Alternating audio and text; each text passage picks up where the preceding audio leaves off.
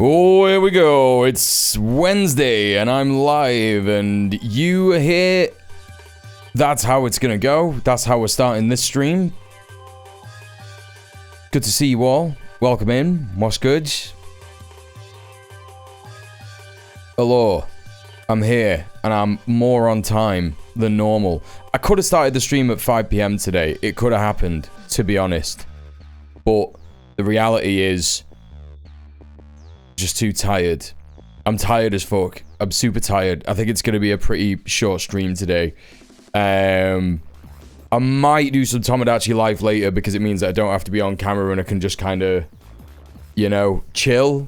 So I might do some of that on the gaming channel afterwards, but God, I'm tired. Absolutely fucking knackered. Don't even know why. Just had like a mad insulin spike hit me. I was feeling a bit tired earlier in the day. But then literally in the last... It was pretty much as soon as I hit the go live button, I just started to get like a massive insulin spike and I'm just like, oh God, I'm so tired. So hopefully that's just going to pass and I'll be alright. But I am generally tired as well. It's good to see you all. How's it going? We got Krill, we got Nini, we got TTK, we got Prince, we got Atomic, we got Alyssa, we got Network. How are you all doing? 4 years since I left my abuser today. Let's fucking go. Let's fucking go. Good for you, TTK. Yeah, what you been up to? What you been doing? I was supposed to go and see my mum today. This is how tired I am. I was supposed to go and see my mum today and I just ended up saying to her, no, I can't do it. Can I just see you at the weekend instead? Not going to have enough... You know what I mean? Enough energy to cycle down there on the bike and then cycle back and all this.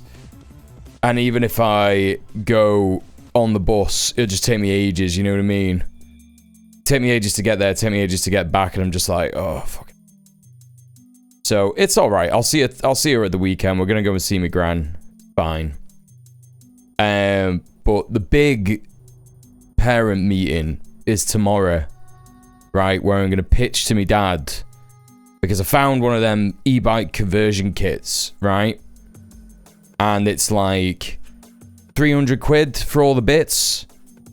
So like with the battery and the sort of like little, you get like a thing to put on your handlebars to see how fast you're going or whatever, speedometer. You, with all of that, it's like 300 quid. So I'm going to pitch to me dad tomorrow. I said to me dad on the phone today, I was like, oh, I can't stop thinking about e-bikes. And he was like, well, we've got e-bikes. I said, I know. And he goes, yeah, but you don't want the ones we've got because we've got ones that look like motorbikes. And people are dead rude to you. And I was like, I don't care about any of that. But I said, don't worry, I've already been doing a bit of research. And I don't really want one like that. I was just thinking, you know, this, that, and the other. So I sent him the thing. And I'm just going to pitch for him, like... You get it, me, and then I'll pay you 30 quid for 10 months. You know what I mean? So we'll see how it goes. Fingers crossed. Thank you very much. Hopefully it's going to happen. Hello, Morgana. Welcome in. And hello, Middle-earth Marxist. Is this where we apply for the tower bike role? Yes, it is. You went swimming today. It was lovely. Oh, nice. Fucking good for you. I have been to the gym, despite being tired. I've been to the gym. I've had something to eat. I I think that what it is, chat, I know it's crazy, right? I know it's crazy, but you know I've been being really good? The other night, I was so hungry after the stream. I can't remember what day it was. I think it was Monday. I was so fucking hungry after the stream and I didn't have anything like cooked or ready to cook or anything like that. So I went to the spa and I got like, what did I get? I got some bagels, you know, them sliced bagels and butter and cottage cheese. And I also got I got like a Rolo yogurt and a Milky Bar yogurt. And it proper gave me the shits. Like, it was so bad. Like, I just shouldn't have eaten it. It was ridiculous. I think it was the yogurts more than anything. But I think it's because I've been having the rest of the bagels. I just think it's because I've been having the rest of the bagels. I think that that's what it is. I'm just like proper tired. And feeling like a bit shit. You know what I mean? So I do think that it is having like a mad effect on my liver. So I've also started to get like a bit of a liver pain as well. So I think it's something to do with that. It's just butter, you know what I mean? It's like butter in it as well. Just like there's a load of fat in butter, so I'm like increasing the amount of fat. And there's a load of fat in cheese as well. Like cottage cheese, you know? And also there's all the fat in the fucking yogurt. Just had like an influx of fat, right, over the last couple of days. And I'm sat here just like, oh, I've got a headache, I feel gross. Why? Why is that, bro? He's got fatty liver. Shouldn't be having that much fat. But it's all good. I'm having a bunch of other nutrients. You know what I mean? I'm having a bunch of other nutrients. Thank you for the blue fella. I will be using this now. Hello, Val, the lovely Ital. Hello, PBP. How are you? That does taste so good. That's the sad reality of life. Hello, Virulent. Welcome in. The Milky Bar yogurts are peng. They're not as good as the Rolo yogurts. The Rolo yogurts are extra peng. But the Milky Bar ones are good as well. So, you know. Anyway, I've been fucking myself up with that. That's probably why I'm so tired and having this like insulin spike and shit. But it'll be alright, because I've got food in, proper food in to eat. And I'm back in the gym, going to the gym. I've been consistent with the gym. I only really had like a 4 or 5 day break or something, you know what I mean? Do Aldi have healthy items? What do you mean? Like, what? Do they sell whole foods? Yeah. Yeah, they sell veg, they sell meat. Yeah, man.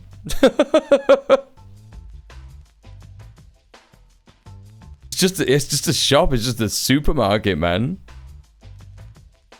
It's not a slop shop. It's not like fucking Spa and that. Keeping up with exercise isn't easy, that's good. I mean, it's all weightlifting, so that's, you know, that is fine and good. My body's looking good. I'm feeling good about my body. I'm feeling good about what I look like and stuff. But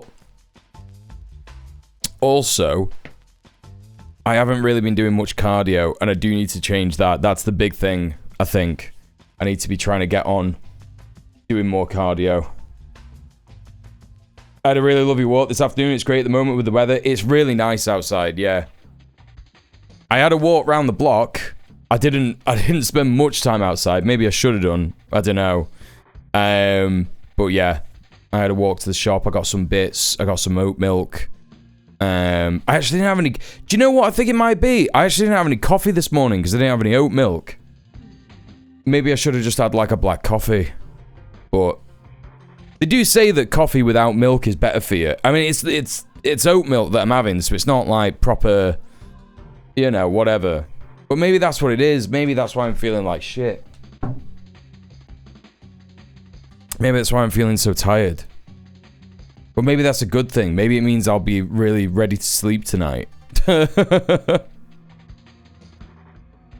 So, anyway, there you go. Little update for me. Little update on me and my body. You all love a bit of body talk, don't you? That's why That's why you come here. You shop at Aldi. Yeah, but you're not in the UK, obviously. So you're like, you know, wherever you are, which is probably the United States or maybe Central America from what I can guess. It's definitely going to be different over there. They're going to have different kinds of things in there that are definitely not healthy, right?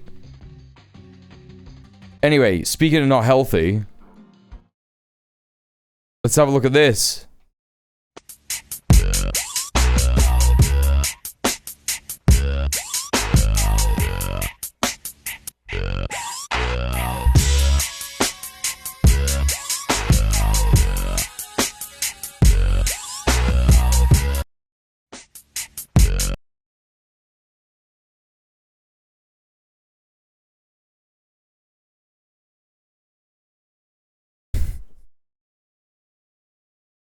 What's extra funny about this chat, right, is that this is him doing an impression of Zach Polanski, what he thinks is an impression of Zach Polanski, right? So he's got, like, in his mouth, you can see he's got, like, this weird thing in his gob.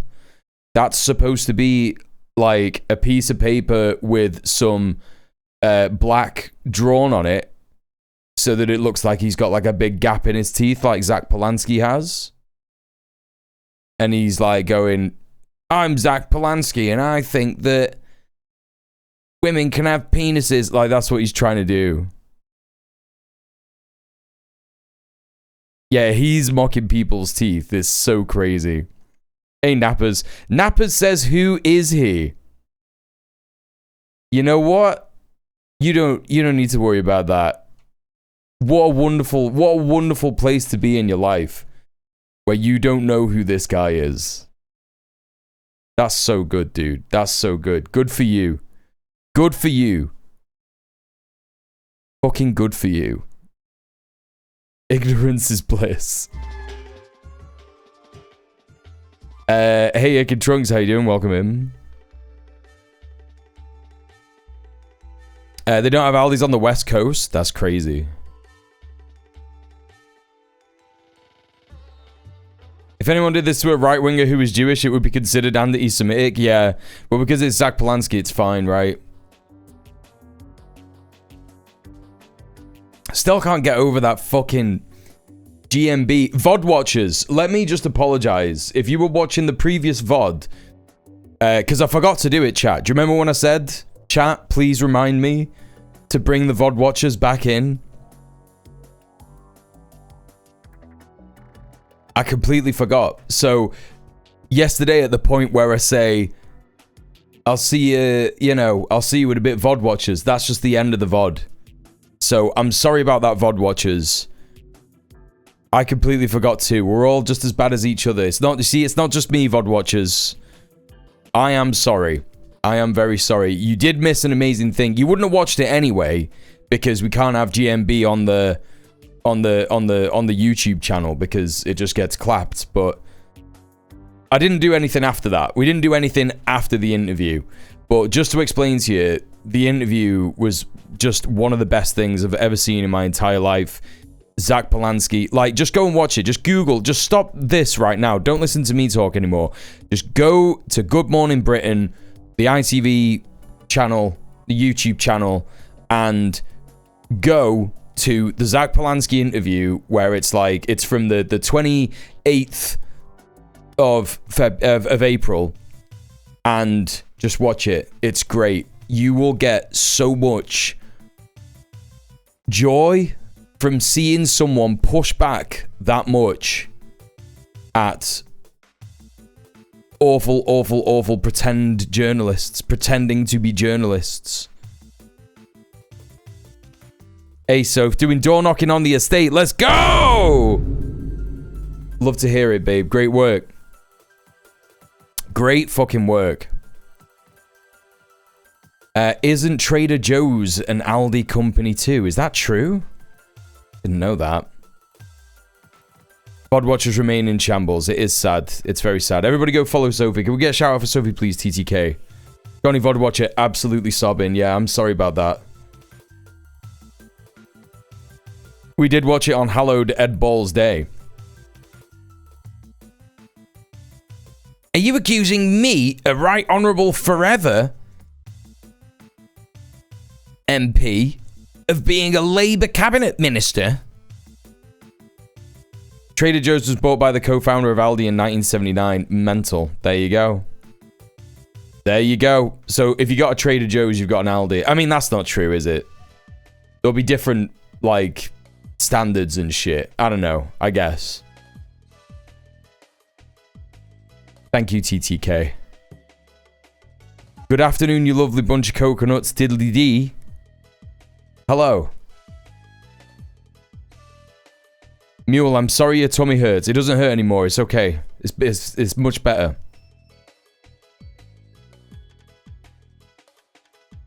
Is it okay to call everybody a lovely bunch of coconuts? Is that okay?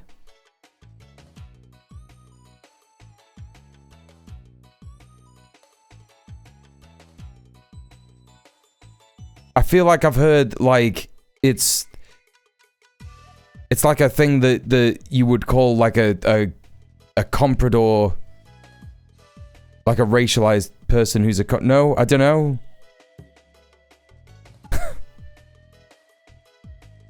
No, it's problematic. I did think so. Yeah, I did think so. Yeah. I know that you probably weren't meaning to be. Bubble.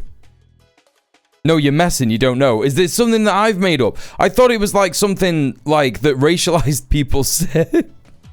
I thought it was like something that racialized people would say to like traitor, like the traitor class.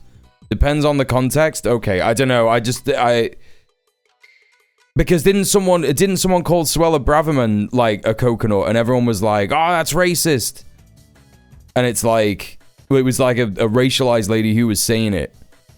And they were like, it still was. Context matters, yeah. Okay, I just don't know. I just don't know about that, and I just heard about it, and I just got a bit concerned, you know, because, you know. Yeah. This thing, it's the.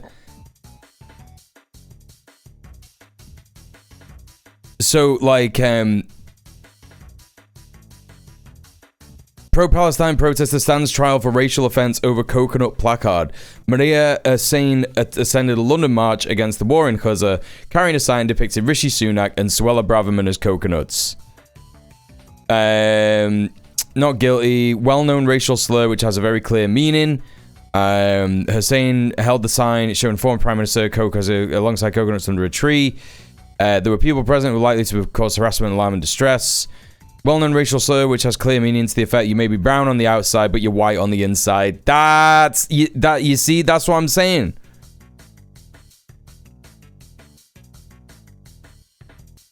Fucked up at the club Googling coconut slur UK. As it transpires, I am in fact the secret Hitler. You've all found me out. I would have gotten away with it too if it weren't for you meddling kids. Yeah, no, obviously I know that you weren't saying this, but, you know. I know. I do, you know, I get concerned for other members of the chat who may feel, right, like an Oreo. Yeah. I've also heard that term used more in, like, the USA context, right? Anyway, that brings us on to this next bit of news. The first bit of news.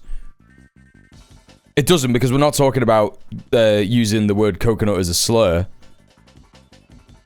So it's nothing to do with the news whatsoever. But, wow, look at this.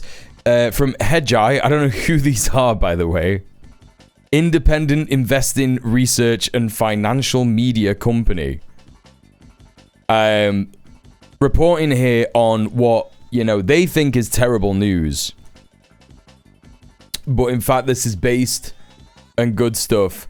China's real estate market has erased all gains from the last 20 years. Now, chat, if this is true, this is one of the best things that's ever happened, right? And do you know why? Because what it means is that property, housing is such a non-commodity that in fact they have literally zero monetary value, right? So let's do a little bit of a look and see if this has any basis in reality. China's real estate market. Is there like a news article down here? No. Market erases 20 years of gains. This was yesterday. It does look like it's true. There's all kinds of weird finance weirdos. And this actually came out, it's on Yahoo Finance from like last week. It was literally last week. The truth behind China's over $100 billion real estate collapse. You know that this is going to be a mad article, chat. It's going to be absolutely fucking crazy. Since 2021, the sale and construction of Chinese homes has been on a steady downward trajectory after several decades of seemingly incredible success. That's so funny, dude. The timing of this shift largely coincides with the implementation of changes to Chinese law, most notably the 3 red lines policy. More simply, in an effort to reduce speculation within the largely over-leveraged property market, the Chinese government began severely constricting just how much Chinese real estate developers could take out in loans in 2020. Fuck yeah, dude. That's so good.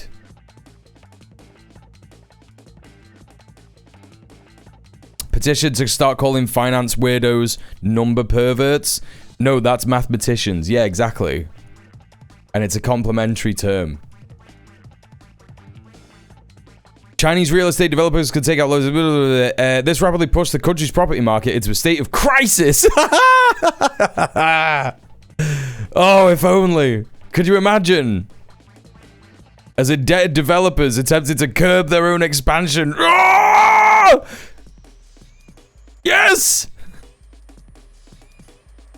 As a result, some of the bigger players in the industry lost over $100 billion. Oh, yes! There's nothing better. There is simply nothing better than hearing about real estate agents losing billions of dollars. That's so good, dude. Meanwhile, some individual tycoons have even faced legal consequences far more severe than financial losses for their role in the collapse. What? The Chinese housing market was valued at around $60 trillion in the early 2020s. Now researchers report that 85% of the gains between 2011 and 2021 are gone. Sick. Oh, this is actually reported in The Economist. That's how you know they're not fucking around. Let me just, China's property woes. This is so good, dude. I've actually got to read this immediately. I don't want to read that Yahoo article anymore. I want to read the Economist version where they're getting dead mad.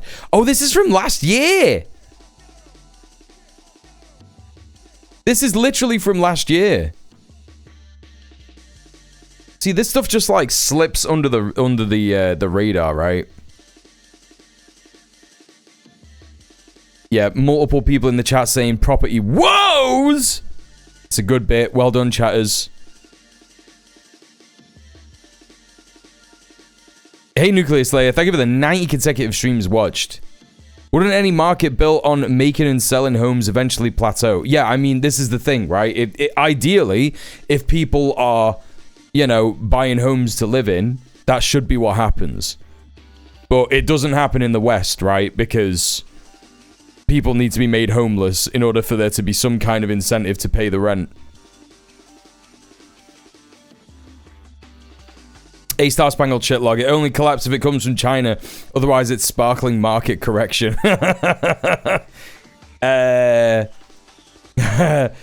This is so good. This is so fucking good.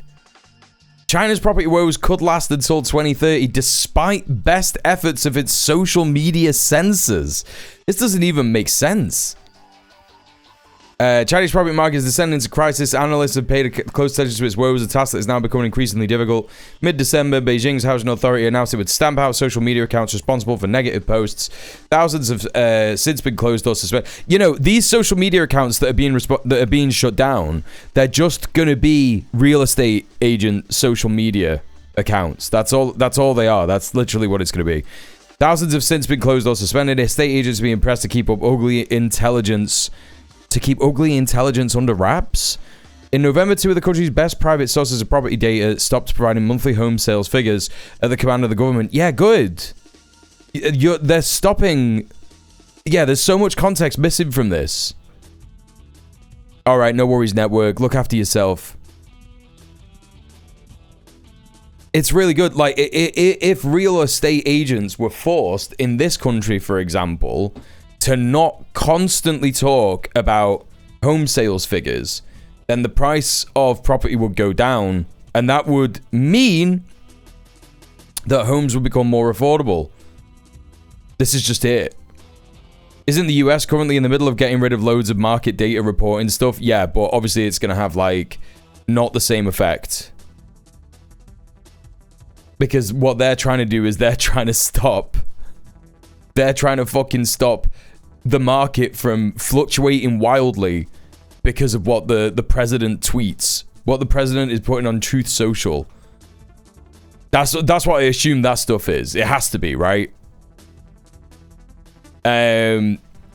But yeah, no, this is obviously very good stuff. The official anxiety comes in response to unrelenting bad news. Vanke, a state-backed property giant, is teetering on the edge of default. New home sales by floor space have fallen by half since their peak in 2021. Fresh residential construction is down by nearly 3/4, investment over 1/3. Its house prices are causing the most concerns. Larry Hu of Macquarie, an investment bank, calculates 85% of the gains seen in the decade to 2021 have been wiped out. By comparison, the American housing meltdown of 2007 raised a mere 47% of the increase in home prices between 1996 and 2006. Now, I wonder what the difference between that and this is, right? What's the difference between that and this? Well, the former thing that happened is people who were making investments on the real estate market by doing fraud, right? Massive amounts of fraud and selling fraudulent products like subprime mortgages, which were given faulty credit ratings by what's its face? Oh god, I can't remember what the fuck it was called. It's all in The Big Short. We watched it a couple of months ago. But yeah, you know, that and then loads of fucking people ended up selling their stocks in, you know, various different banks and shit like that, and everything got fucked, right? They fucked up the market because they were playing the market. The reason that this has happened in China is because they are, what, like, you know, making sure that everybody owns a home. They're making it so that people own homes. You could be like 25 years old and own a property, and all you have to do is just like not speculate or like flip, you know, flip houses and be landlord. It's so easy. Through the floor, investors are keen to understand how much further and for how much longer prices will fall. Oh, this is so good. Chat, we could go to China and buy a house. You could go to China and buy a house. It's making it really hard to not want to do that. It's making, like, I've thought about it more and more recently, where I'm like, I might just move to China. Like, you know, the way that they're talking about how things are over there, I'm just like, I might just go. Like, if you can afford a gaff, what's the point? What's the point of me staying in this fucking shit country where I'll never own a home? What's the point? I might as well just go there. It doesn't make fucking sense for me to stay here. You know, if I want to survive. Or Vietnam, sure. I'm sure it's very similar in Vietnam as well by any means necessary. Hello, by the way.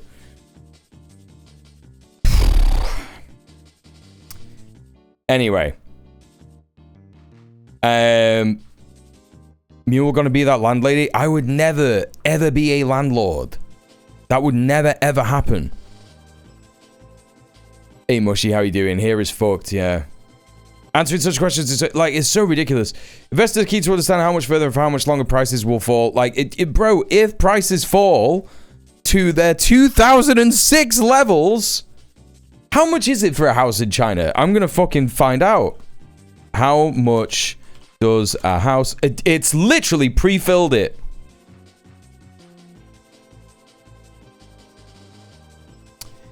Okay. Let's have a look. Property for sale in China.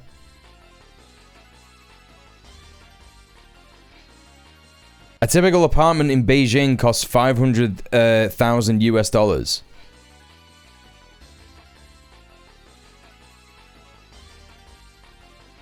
When was that? That was a year ago. One bedroom apartment, city center, 2,000 yen. This is like rent.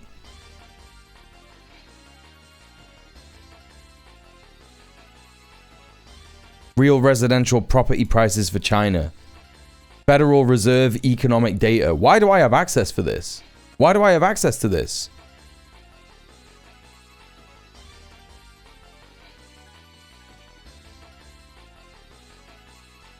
Just need a room and a bathroom. It'll be cheap. That's what I'm saying. You actually just don't need to worry too much about that.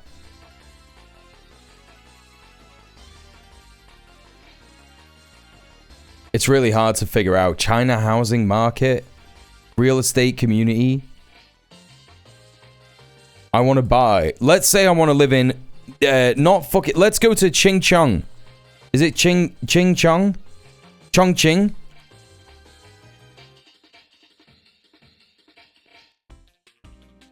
Hey, I'm this old. Welcome in. Have you watched Eric Hovegem on YouTube? American moved to China last year. Worked on the Mamdani campaign. No. Don't pay attention to the fact that I got that word mixed around because I'm white and I'm obviously racist. Don't pay attention to that part of it. That was a mistake. It is Chongqing. Obviously, it's Chongqing. And something lodged in my brain made me do that. I am sorry. Hard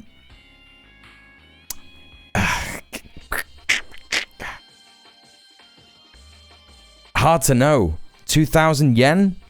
2 million yen? What is that? Best flat in the whole district. These are like pretty big.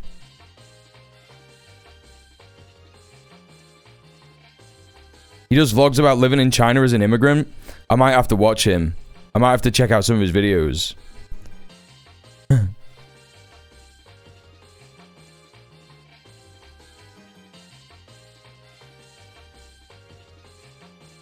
Please be more ambitious than just a room and a bathroom.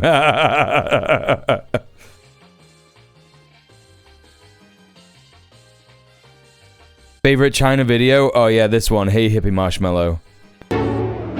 Yeah, this is why I want to move to Chongqing.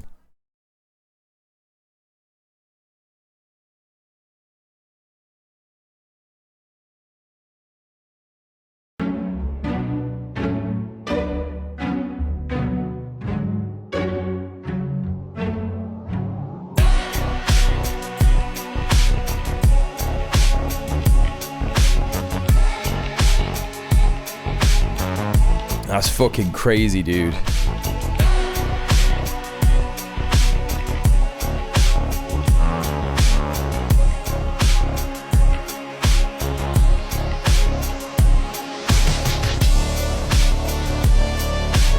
$2 million yen to own.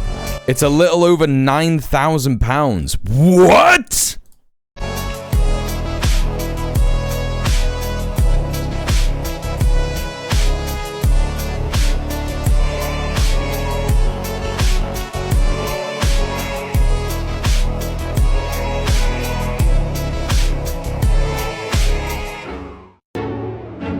Bro, I might just be going to China, man.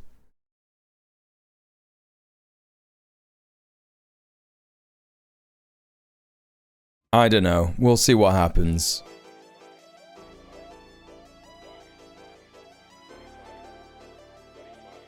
Chat, I can get an e-bike conversion for £300 and a house in China for £9,000. Is it like UK cities where they don't show you the bad parts just around the corner of every tourist photos? You're looking at the same footage as me, dog.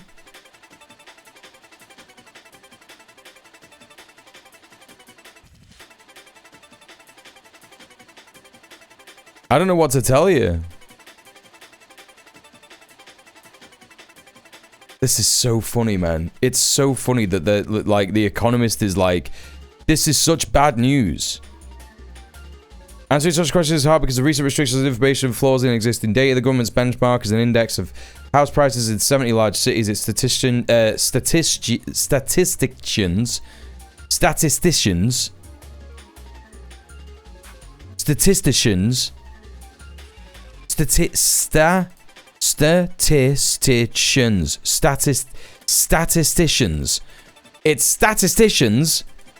use a weighted average to calculate monthly and annual changes in prices. Although the resulting figures show a fearsome fall for who?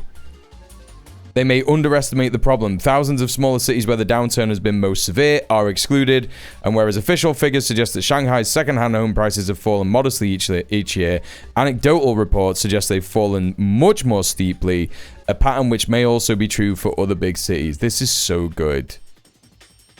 This is so fucking good.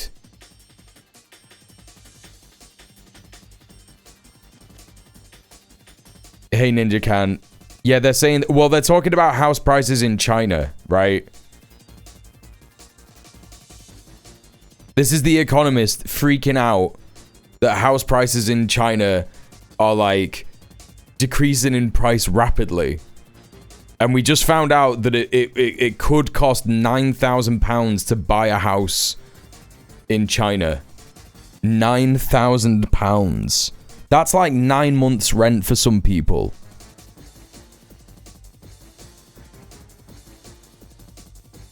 "65% of millennials are homeowners." Yeah, 70% home ownership rate as of 2025. No, you don't get it. It's great when all the property is concentrated in fewer and fewer hands. You know, in the USSR, they just gave you a fucking house. I mean, that's kind of where China's getting to. You know? They're even reporting on... Yeah, they're even reporting on this in the BBC. This is from 2017, though, but... If you're age 19 to 36 and don't own your home, you're probably not reading this in China. While young people around the world are struggling to get on the property ladder, an HSBC study found that 70% of Chinese millennials have achieved the milestone. Sizable 91% also plan to buy a house in the next 5 years, according to the survey. Oh, brother, what? Look at the UK. Oh, brother, look at the UK. We are less than the USA. Do you know how embarrassing it is to be lower than the USA on the percentile of home ownership rate? Do you know how embarrassing that is? 9 grand is around 7 months rent for me. That's what I'm saying. That's what I'm fucking saying. Isn't low house prices what you want? Yes, that's what I'm saying. This article in The Economist is freaking out because homes are affordable. They're like, oh no! Homes aren't accruing massive speculation-based value. That's what they're freaking out about. They're like, no! We can't exploit people for housing in China. They're like, oh no, China's property woes. Actually, no. It's only woes for fucking freak real estate investors. Look on the bright side. The newest Duke of Westminster inherited over 1,000 properties tax-free. Hell yeah. I love having a monarchy. It's so good.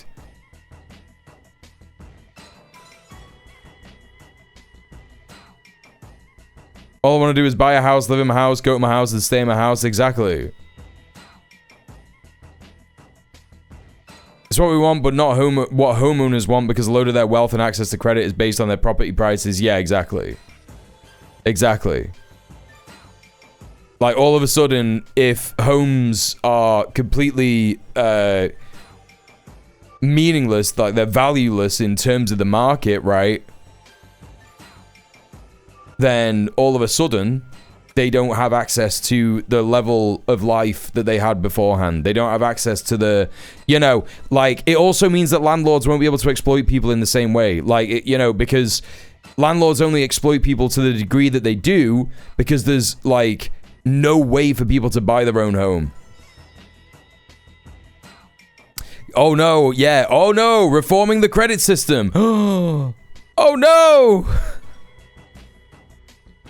The Greens have got to get in this country, man. I think that if the Greens don't get in this next election,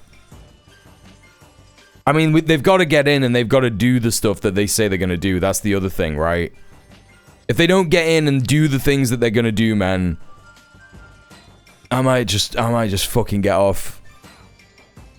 I might just fuck it off. I don't want to do it. I genuinely don't want to do it, but it's like, what fucking choice do we have? China can just turn around and be like, alright, bet, while Western economies just fucking implode at the idea, yeah. All the financial instruments and money generating schemes through asset accumulation, yeah, all of that's gonna have to go. It's gonna have to go. And they're freaking out about it. They're like, oh no, this is a catastrophe. It's like, yeah, it's a catastrophe for freaks.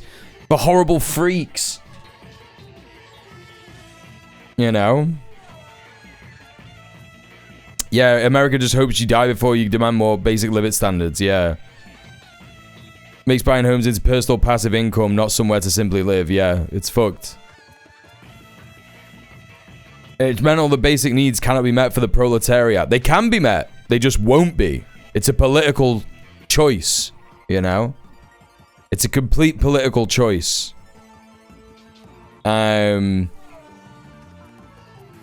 I mean, look, chat, I'm wish casting. It's really easy for me to sit here and just be like, I might go to China, right? But the reality of it is that I probably won't. I probably will stay here and struggle with the rest of my comrades. You know what I mean? And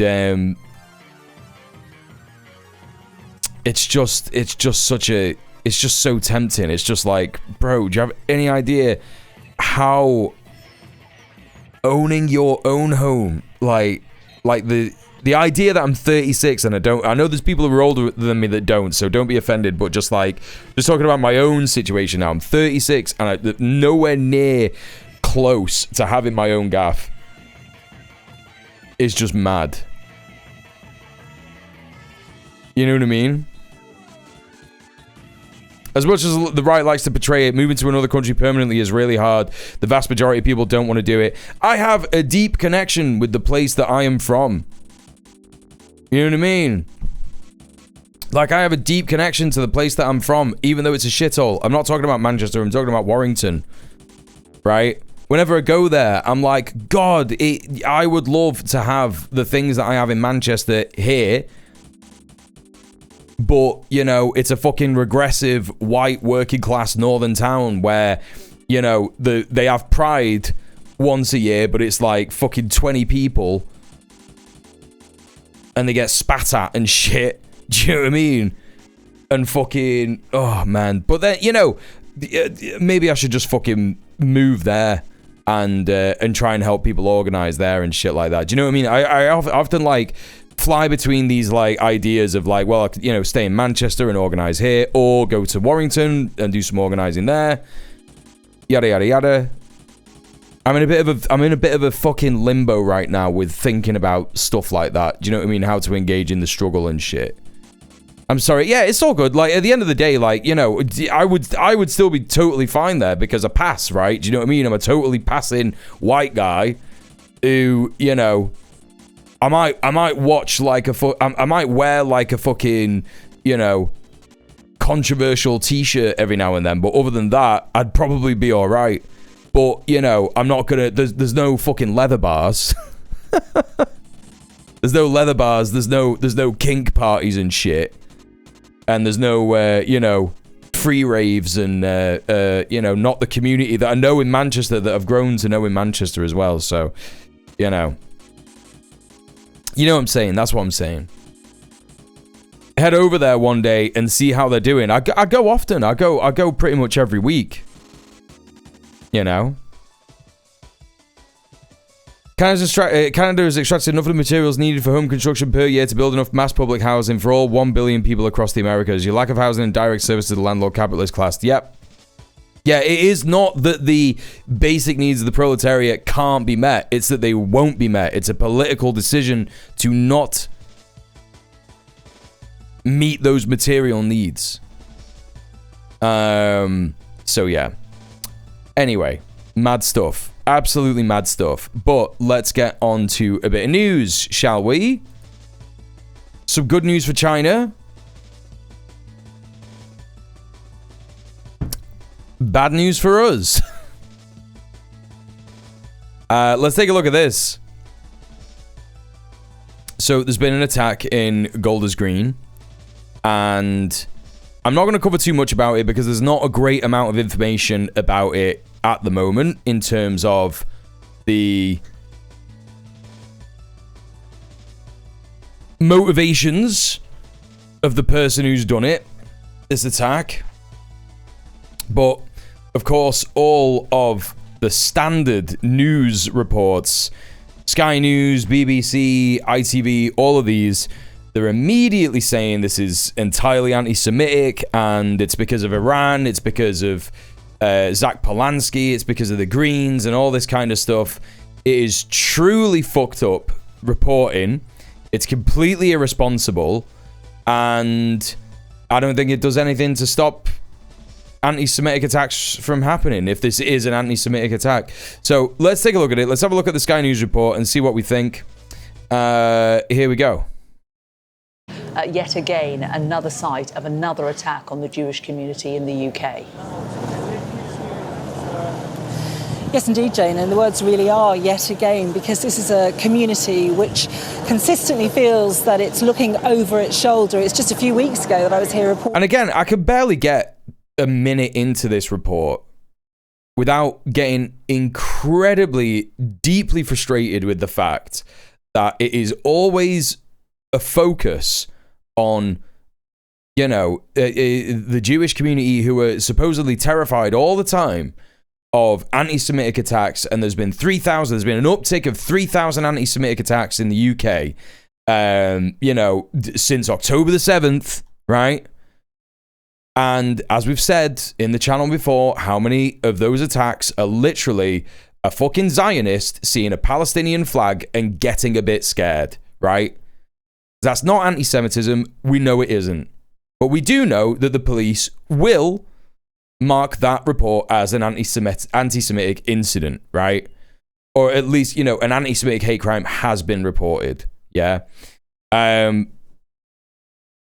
So you've got that kind of muddying of the waters when, in the meantime, something that didn't get reported the other day, and often when I talk about how frustrated I am, I will, of course, bring up the rampant Islamophobia in the UK, the amount of mosques that have been targeted over the last however many months, years, right?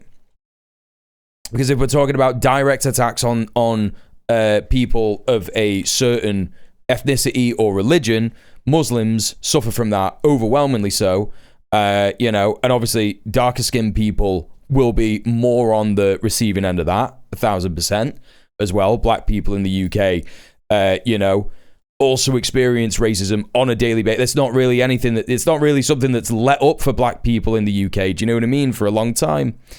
And there's never any coverage of that. There's never any talking about how black people, we said it on the stream literally last night. We were looking at some interviews, or maybe Monday, the black people feel safe in the UK. Are black people in the UK looking over their shoulders? Yes, they are. Why is that not being reported on in the mainstream media? Are Muslims looking over their shoulder all the time? Yes, they are. Absolutely. And they're never given the same amount of coverage. And it's because it's completely cynical bullshit. And that's how you know that Sky News doesn't actually care about Jewish people, doesn't actually care about Jewish people at all, In fact, it is literally just a cudgel to hit people over the head with for daring to criticize Israel. And all of these people, all of these fucking corporations have connections to Israel. They have connections to Zionism. They are invested in pushing out the Zionist narrative. It is completely insane. But here we are again. The thing that I was going to bring up was this happened the other night. And I didn't realize what it was. I was seeing some images of it. And I thought, oh my God. That's something that's happened in America, right? For some reason. I just thought it was something that's happened in America. But this is something that happened the other day that has not been covered to nearly the same degree. Because let's think about how trans people are always looking over their shoulder in the UK. So this joint, Pink Punters, I've never heard of it. But, you know, speaking of, gay bars and gay clubs and stuff like that. Someone set fire to a gay club while people were in it the other night. So LGBT plus club fire released on bail. This guy's been released on bail. Revelers were evacuated in the early hours of Sunday from Pink Punters at Fenny Stratford in Milton Keynes. Flames quickly took hold. The blaze came the day after another fire at a nearby church on Watling Street. Thames Valley Police said a 51-year-old man from Milton Keynes has been released on conditional bail while inquiry was continued. At the moment, we're keeping an open mind and investigating the incidents in conjunction with each other due to proximity and location and time. So literally, right, because there was another fire in a nearby area, right, within the same amount, in proximity, time-wise and location-wise, they're just like, oh, we're keeping an open mind. We're keeping an open mind. We're investigating the incidents. Bro, this club has the words lesbian, gay, bisexual, transgender on the outside of it with a big rainbow flag. Are you fucking serious, dude? And it was set on fire while people were in it, dude. Are you fucking serious? We're keeping an open mind, right? We're keeping an open mind. We're investigating the incident. Now, I don't mind that. Yeah? If these things were being investigated in a similar way, if they were being reported on in a similar way. But they're not, are they? They're just not, because this fucking report is immediately going to start talking about increased anti-Semitism. We have no idea if the guy who did this was an anti-Semite. We just don't. Sorry, we just don't. Right? He might have just been a guy who lived nearby, went a bit mad, and stabbed a couple of people. Right? It's a thing that happens. Right? We don't know. I'm not saying it definitely wasn't an anti-Semitic focused hate crime against Jewish people. It's entirely possible. But again, if that is something that is increasing in the UK, which I'm certain that it is, absolutely, it is the fault of Israel, and it is the fault of Israel comparing its actions to the desires of Jewish people everywhere, right? And that is something that is constantly spoken about all the time, everywhere. And that's how you get this conflation. Now, that's if this is the case. We don't know. We don't know. Golders Green is famously well populated by members of the Hebrew faith. It could just be a guy that lives there that is not Jewish. Do you know what I mean? Like, we don't know where this guy was from. He could have been a local. He could have been someone that works in Golders Green. You know, the guys that he stabbed, they might have been his boss. We don't know, right? But Golders Green is populated by a lot of members of the Hebrew faith. However, an extremely important thing to remember is that there are stabbings like this that happen in areas where there is a high Muslim population, and that is never something that is at the forefront of discussion. The fact of the matter is that this report came out 4 hours ago, right? And if you look at this, right, if you look at this little description here, you've got the Metropolitan Police has confirmed 2 men are in hospital after being stabbed and a man has been arrested. The suspect also tried to stab police officers and was tasered before being arrested. Now, chat, do you think someone who tried to stab cops, right? Now, I know that people in here don't like cops for a very good reason, right?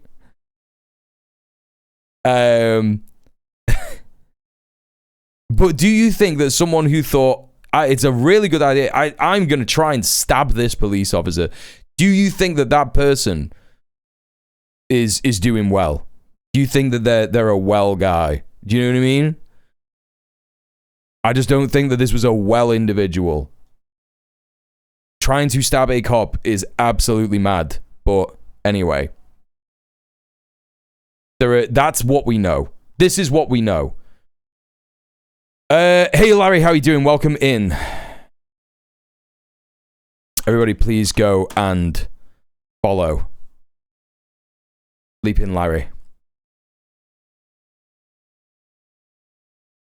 Reporting on an arson attack on 4 ambulances run by the Jewish community. And where I am right now, if I just step aside, at this scene here, within the last couple of hours... Yeah, I'm surprised he's alive as well. And like, yeah, the UK police are not unknown to like kill people. And I've seen the footage of this guy stabbing these people, and he's a black guy. He did get the shit kicked out of him, though. Like, really get the shit kicked out of him. By police officers on suspicion of stabbing 2 people in the Jewish community. Now, it all started to unfold. Hey, Soccer. Hey, Loki. We understand that 2 men were stabbed, one in their 70s and one in their 30s. A member of the local community that I was in touch with, who first alerted me to the fact that something was going on here on the ground, when I said to them, look, do you believe that this is potentially some kind of anti-Semitic incident? I said, were those 2 men visibly part of the Jewish community? To which the person I was talking to told me, yes, they were. So, being visibly Jewish in Golders Green is not a rarity, right? It's not a rarity. Like, everybody in Golders Green pretty much is either wearing a yarmulke, or, you know, they're Orthodox, or, you know. People here very alarmed, horrified that something else has happened. At this arrest location, we understand there were also attempts by the man involved who was detained to attack members of the police. Are they going to show this footage? Well. Oh no, okay. We it's just understand him on that his, police officers used a taser to apprehend him. But by that point, members of the Jewish organisation known as Shomrim, which is essentially a volunteer security organisation, we think that they were involved in the apprehension of the suspect. And it just also tells its own story, the fact that you have volunteer Jewish organisations involved in security along with the CST organisation as well. That's the level of fear. No, it doesn't. No, it doesn't. It really doesn't. And I hate this because this is still the same thing that they're saying about the Hatzolah ambulances, right? They're sat there and saying like, well, the very reason that the Jewish community have Hatzolah ambulances is because they get treated differently when they go to you know, when they go to hospital, when they get picked up by ambulances and yada yada yada. If you actually hear the reality of this, right? If you hear the reality of this, what she's saying is that the police got on the scene and tased the guy, right? And she's also saying, oh, well, Shomrim were there. Now, Shomrim is the Jewish community police force, right? And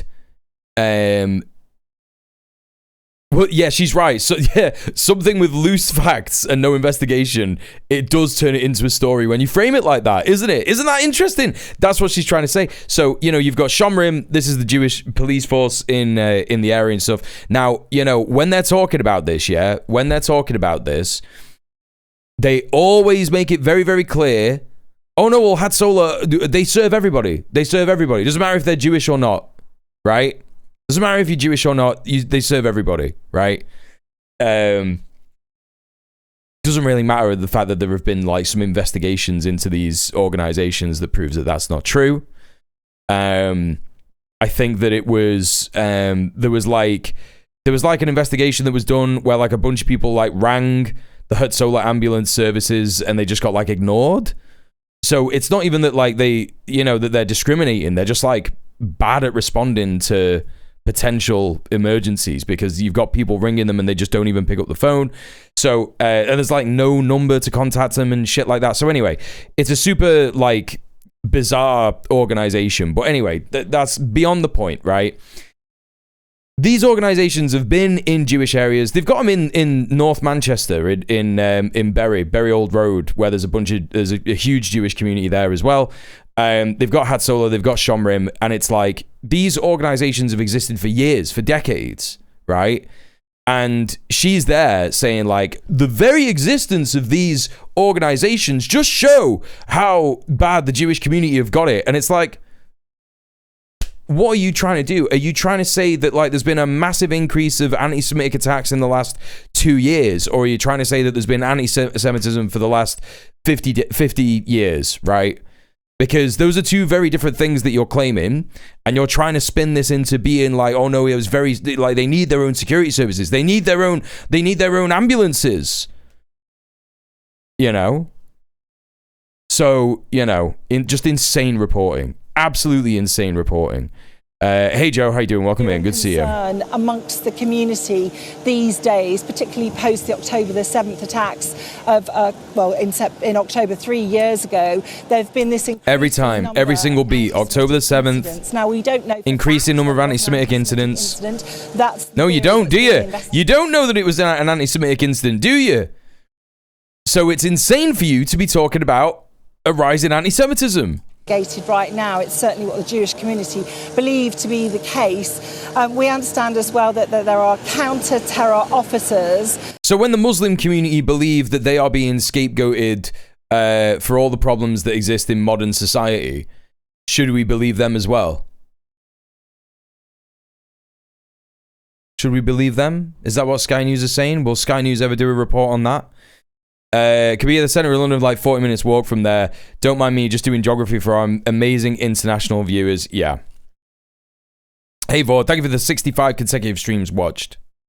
Who are also investigating whether this will be classified as a terrorist incident. But what I can tell you is that this is very much an ongoing crime scene. In fact, given that there are 2 stabbing locations, there are a huge number of cordons all around this area. It's very, very difficult to navigate. We're right on the edge of the very busy North Circular in this area of Golders Green as well. But just to give you that sense of the community feeling like they're looking over their shoulders. There have been a number of other incidents over recent weeks, attempted arson attacks at synagogues, and against this backdrop of rising anti-Semitism within the community as well. Talk about the stuff that's happening to mosques. Just talk about the stuff that's happening to mosques as well, and that's fine. You know, I have no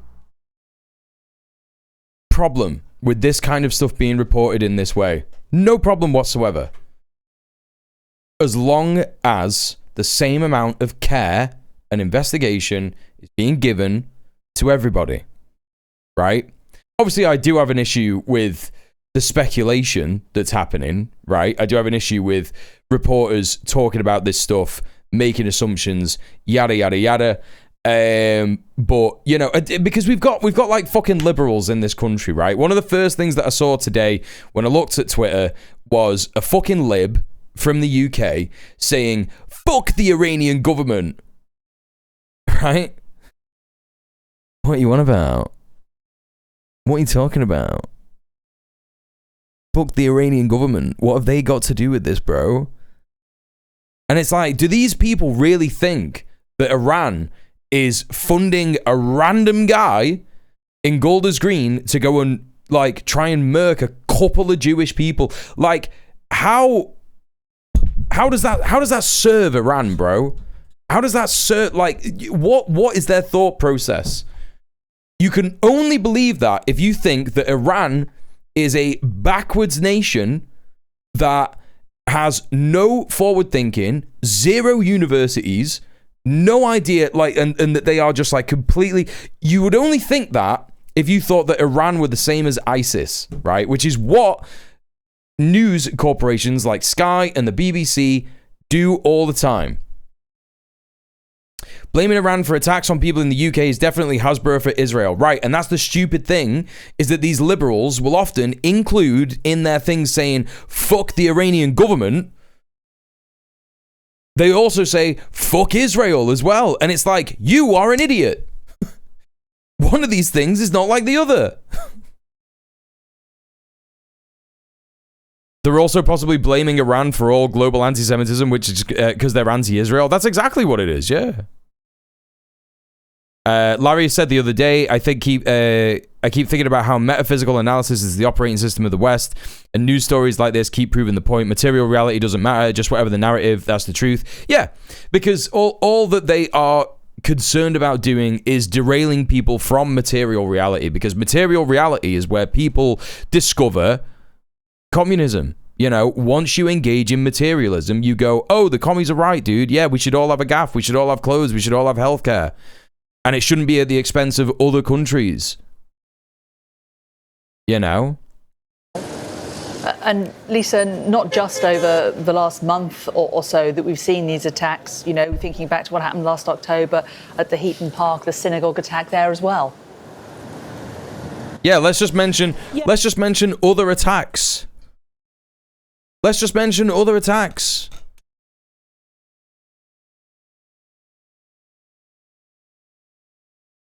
Let's link them all together. Let's do the same for the mosques. Let's do the same for all the mosques that have been attacked. Let's do that, shall we? Should we talk about that? Should we talk about why there's an increase in Islamophobia in this country? When are we ever going to speak about that? It's also keeping all the geopolitical events separate and disconnected so that you don't realize what's happening over there is connected to what's happening here. Yeah, exactly. Absolutely. Absolutely. Of course, and also, of course, global anti-Semitic incidents, of course, the stabbing. Global. The attacks at Bondi Beach. Bondi Beach. Australia a few months ago. Let's just mention all the things that we possibly can to make people freak out as much as possible and believe that there is a global issue that is happening. Coinciding with Hanukkah, the Jewish festival of Hanukkah as well. And as you say, Jane, the incident at the Heaton Park Mosque in Greater Manchester, and of course the attacks on the ambulances here just in March recently when they were 4 ambulances. Yeah, they list it all, they don't connect it. That's exactly it, yeah. By arsonists there too. Yes, zero dialectics. And also just this sense from people that if a special event in the Jewish calendar. It's like me saying, oh yeah, and then I had that diarrhea like 5 days ago, and then like a month ago I had like a mad diarrhea as well, and then like after that, before that I had like 2 days of solid diarrhea pissing out my ass. So I must have bowel cancer, right? It's like that. It's like that. It's fucking dumb. Governments worldwide conflating Israeli war crimes with Judaism more broadly results in a proliferation of anti-Semitic sentiment. Yes, you know, if anything, that is what it is. And also a denial of information and a demonizing of the pro-Palestinian movement, where you will learn, in fact, that it is dumb and stupid to attack Jews for this because it's what Israel wants. It prevents people from engaging in that, as Larry says, dialectics, you know, and connecting those dots, the geopolitical dots, to be like, oh, so that's why they do that. That's why that's happening. Oh, that's what, you know. So exactly, it's just this complete, like, you know, nightmare situation. Along that they are feeling like, well, like, you know, again, I'm not sat here saying like, oh, this is definitely not anti-Semitic. This guy definitely doesn't hate Jews, whatever. He might do. He might be a fucking right winger. He might be a reform fucking freak. He might be ISIS. I don't know. We just don't know. We don't know fucking anything right now. One thing that I am absolutely certain of, this guy is not part of a pro-Palestinian movement. And I know that for a fact because if you are in a pro-Palestinian organization, one of the main things, one of the first things that happens, especially if you're a white person, well, I know this guy's black, but like, especially if you're just like a British person, right? You're not a Jewish person. You don't know any Jewish people, right? And you come into an organization and you say something like dumb, and you're like, yeah, man, that's so mad. Like, you know, who knew that Jewish people were so violent or something? You will get slapped down, and you'll be like, no, it's not really like that, bro, right? You know? They're particularly living on their nerves, on their guard, looking over their shoulder. This is the third time she's said this. Against the backdrop too of calls from within the Jewish community saying, look, more needs to be being done on a political level, more needs to be done in terms of engagement from Downing Street and beyond, and between communities as well, to try to sort of bring an end to this, and also to make people feel safer within their own community. And also, Lisa, we've spoken to various members of the Jewish community this afternoon who've talked about their concerns with their children, people being concerned about sending children. It's like, could you imagine Sky News doing the same thing for Muslims? Could you imagine that being the case? It is absolutely infuriating. I've never heard any news outlet in the UK in my entire life speak in this way when there is like an attack on a mosque. They don't say, we've spoken to members of the Muslim community, they're really scared, they're really worried. You know, when's the last time a mosque was attacked? Mosque attack. I'm literally just going to type in mosque attack. List of attacks on mosques in United Kingdom. This is definitely not up to date. It's a Wikipedia thing. Finsbury Park. It was Finsbury Park. I remember hearing about it. Wasn't this like fucking 2 weeks ago or some shit?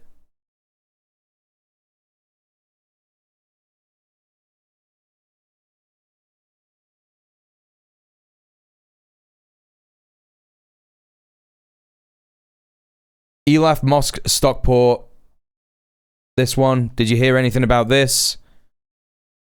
This was in March. And then obviously during the Manchester by-election, a guy went into a mosque armed with a fucking axe. That was literally in Manchester.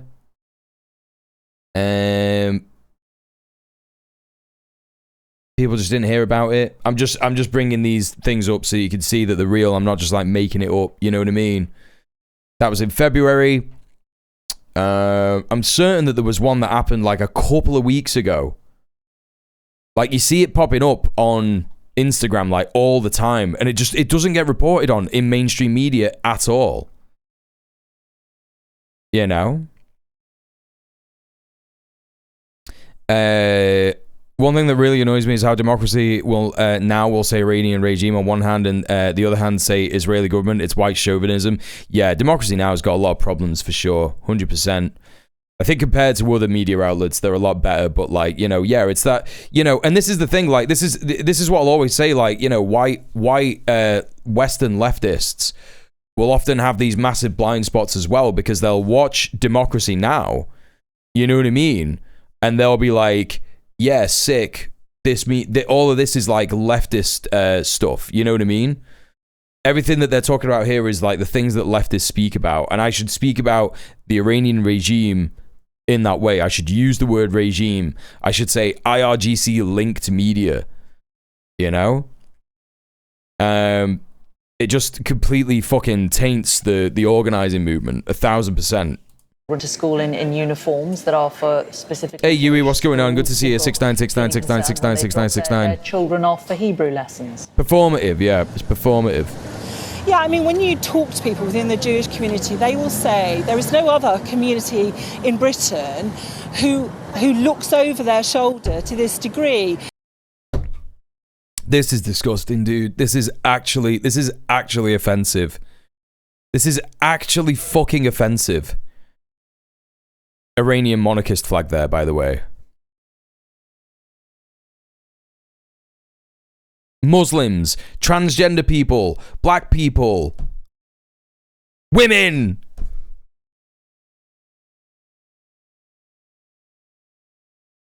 Oh, bro, I'm tired of this shit. I'm so tired of this shit, dude. Who organise security, who live their lives behind gates. Now, if you go to Jewish schools, if you go to synagogues, if you go to other Jewish venues, it's all gated, and people are very, very nervous about. This is the stupidest thing. This is the stupidest thing. When they talk about this shit, when they talk about like, oh, all the schools are gated. I don't know one school where you could just fucking walk out of that. I know that people in the chat have corrected me before and said, well, at my school, you could just leave and rah. But in Manchester, yeah, most schools have got gates all around them and that.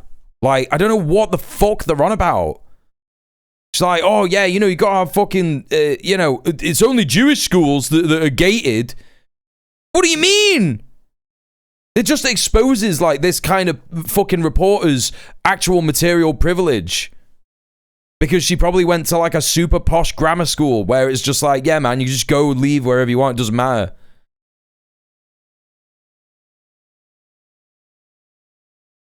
People have to climb out to get to the shop. The famous story that I talk about when I was 13. And my mates wanted to go, and I wanted to go and protest the Iraq war, so I brought in a file, a penknife with a file on it, and I fucking filed through the gate to let them out. You know? So, you know, this is... And I went to a fucking grammar school, chat. I went to a grammar school. It wasn't the poshest one around, but I went to one. So, you know, what the fuck are they talking about? It's just insane. It just doesn't make any fucking sense. So, you know, it fucking winds me up, man. Like who is this reporting for? It's for people that haven't been outside ever? They didn't go to school? Like, what do you mean? Even identifying locations. I mean, I've been filming at locations around the country where people... Hey, Trash Pando, how's it going? Don't worry about that. Showing where hey, Hunter Biden's bathroom. And the fear of living... Every elementary school I went to in the USA, 5 to 10 years old, was fenced at least, but not really past that. Yeah, it's different in the USA. Right here now, a couple of the police cars leaving from this location. It's, as I was saying to you before, Jane, it is still very much an ongoing, active police. Thank you for the 5 consecutive streams watched. Scene, an active crime scene. But to this point, yes, that people going about their business fearful of wearing clothing which will identify them as part of the Jewish community, fearful of children. One person I was talking to about what they call kind of everyday anti-Semitism, saying, you know, if you regularly go on a tube at a particular time of day with school children who are attending a particular school, that they will be subjected to comments and all kinds of abuse. So really not only fear within the Jewish community, but also a real growing sense of frustration.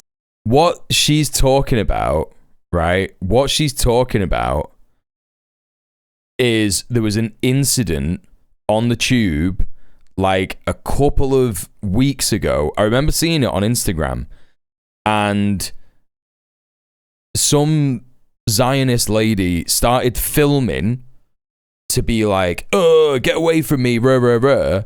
And it was because they were having a massive conversation about Israel and how people don't support Israel and all this. And this person obviously got like proper offended and was like, shut the fuck up, you Zionist fuck. You love baby killers. You love a state that does baby killing, unlimited baby murder. You're a fascist, you know. And then all of a sudden this person started filming and being like, oh my God, you're being anti-Semitic. That's what she's referring to, is this like one incident. And it's like, brother, I can't deal with this gaslighting. It's just insane. I need Zach Polanski to come on here and be like, you're pretending to be a journalist, and in fact you should do this kind of coverage for Muslims. I want Zach Polanski to say that in his next interview. I want Zach Polanski in his next interview where they talk about anti-Semitism and they say, you're a Jewish man, but in your party, there's loads of anti-Semitism. I want him to say, the anti-Semitism that you're talking about is pro-Palestinian activism. We don't tolerate people hating Jews. And by the way, why don't you cover Islamophobia in the same way as anti-Semitism? Why is anti-Semitism the big fucking thing that everybody talks about all the time, when in fact, here's the reality, here's the numbers, the amount of anti-Semitic attacks that are designated as anti-Semitic, there's a massive proportion of them that are just people seeing Palestinian flags, right? What about all the Islamophobia in the UK? What about all the anti-black racism in the UK? Has Labour really is Labour really in a position to be accusing the Greens of anti-Semitism when they have a report that was done into them that said that they had institutional, grievous anti-black racism at the heart of their party? Do they have the right to say that? Why aren't you reporting on that? Why aren't you reporting on fucking Islamophobia? Why aren't you reporting on transphobia? I need him to say that. I need it to happen. That fucking like utter catharsis that I had last night. Right, when Zach do you know what? Just for the chatters who weren't here last night, because I know there's a few of you that weren't here last night to see this. I'm gonna play this to you again. VOD watchers, I won't forget you this time. Obviously, it's at the start of the stream. I just can't show GMB. You know. I'll see you in a sec, VOD watchers. Welcome back, VOD watchers. I need this level of pushback. Like, you should have seen how I responded to it last night. There's a clip. There's a clip. Multiple people made clips last night because I was fucking losing my mind. I was like, this is the best thing I've ever seen. Hey, ich bin dead. So yeah, but like, did I hear him say, I thought you liked us? No, he's trying to say, I thought you wanted to answer these questions, right? But he's asking him about like that. The key contention in this interview is that Ed Balls was pointing out a bunch of Green Party policy that is like general election stuff, right? So if they got into power, they would do things like enforce a 50-mile-an-hour speed limit on the motorway. They would ban race horse riding and shit like that.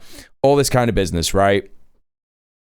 And it's like, these are all fine policies that I don't think anyone really agrees with massively, unless you're like a fucking landlord or a farmer or like, you know, and I don't mean like someone who picks the crops and does the work on the farm. I mean like a landowning farmer. You know, it's just like nonsense shit. But he's talking about this kind of stuff when it should be local election stuff. You know. But it's great. It's just great. It's just so fucking good. People are surprised when I say one where stronger pushback when they ask relevant questions, stronger journalism. Yep. Did I say hi? Hello, Brody. Hello, Brody. Yeah, he apologized the next day. It is why people hate the media. He's asking questions in the most cunty way possible, strawman in every policy with bullshit fash narratives. Yeah. Important to remember, chat. This guy oversaw the Iraq war with the rest of the Blairite cabinet, right? That's where this guy cut his teeth. You know, I don't think he's like as responsible for it as like Jack Straw or Tony Blair himself or Gordon Brown or any of those people, but he is, you know, he was in the Labour Party fucking circle. He was certainly an MP back in the day, you know. Little dickhead thinks that he's fucking doing smart shit.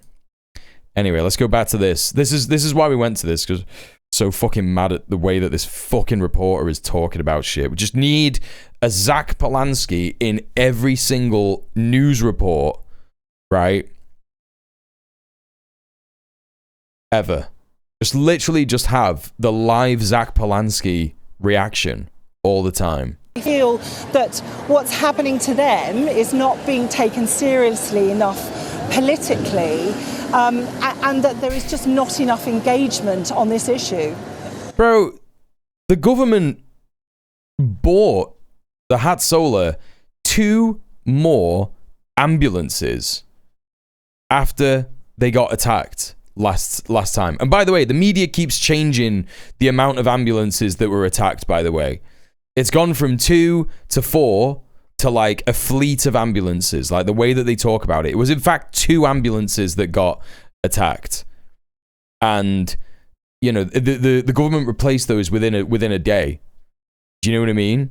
But when it comes to, you know, helping members of the Muslim community, that's not going to happen, etc., etc. Yeah, 30,000 ambulances. You know, Iran has murdered 30,000 ambulances. 30,000 of its own ambulances, destroyed 50,000 of its own ambulances. Every ambulance in Iran is dead. And that's why we need to ban the phrase globalize the intifada in the UK and also prescribe the IRGC, which is an insane thing to do, right? That's something that they're talking about. The NHS has lost 1,700 GPs since 2013, yeah. And also that link that you sent me just then, yes. Half of England's schools are unfit due to leaks, mould, and faulty toilets. And good stuff, innit? A sentiment from some we've spoken to this afternoon that the solution seems to be seen by others as more money for security. I'm just interested here because they said earlier that an attack happened outside of a synagogue, right? And they've got the crane shot here on the helicopter. They got the heli shot with the crane. There's not a crane on it probably, but like they got the camera on the helicopter. And so you got this section of the high street here cordoned off. It looks like it's cordoned off there probably. And it's cordoned off there, right? So you've got like that, and then that. Now, I guess this building here could be a synagogue, but generally speaking with synagogues, there's a lot of parking. They tend to have like a decent amount of grounds. It tends to be like a different looking building than this, especially in Golders Green. Now, when they zoom out, it does actually look like there's a synagogue up the road. Has that been cordoned off as well? It looks like there's a cop car that's blocking off the street there. A real growing... So there's a cop car blocking off the street just before the synagogue. But is it really blocking it off? Is it up there? I can't quite figure it out. That's definitely a synagogue without a shadow of a doubt. Right there. 1,000%. I'm just trying to like figure out, like, I'm just interested in just how much they're twisting of the story and the narrative. Do you know what I mean? Because it's like, well, again, to be fair, there's a cop car sort of parked across the road here, and it's like, is that there are buses coming down these roads? Like, what's happening? What's happening to them is not being taken seriously enough politically, and that there is just not enough engagement on this issue. And Lisa, also a sentiment from some we've spoken to this afternoon that the solution seems to be seen by others as more money for security, higher walls, the ghettoization of the Jewish community, which is... Oh my God! Who is saying that, dude? Who is saying that? What the fuck? How was that framed again? The sentiment from some that we've spoken to this afternoon that the solution seems to be seen by others as more money for security, higher walls, the ghettoization of the Jewish community, which is not what this community wants. They don't want to live in fear. Who are these people that you've spoken about, man? What are you talking about? You can't just speculate like this. This is insane.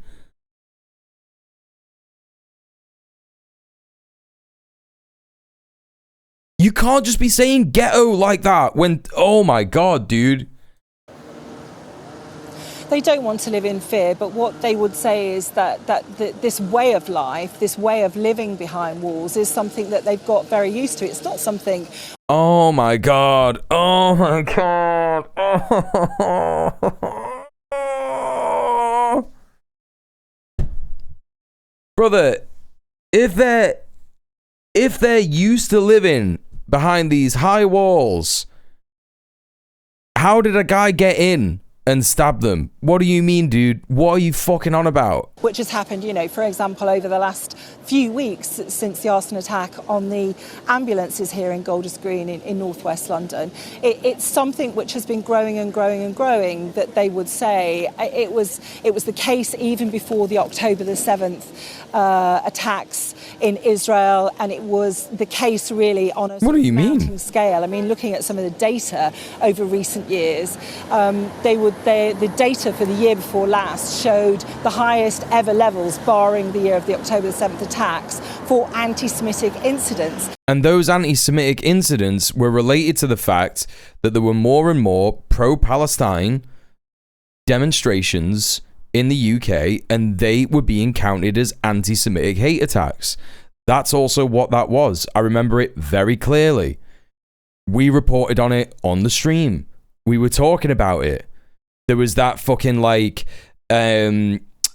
nothing story where there were apparently like some guys in a car drove through a Jewish area and were saying like death to Jews or something like that. And that turned out to be completely uncorroborated or unconnected to the pro-Palestinian movement in the UK.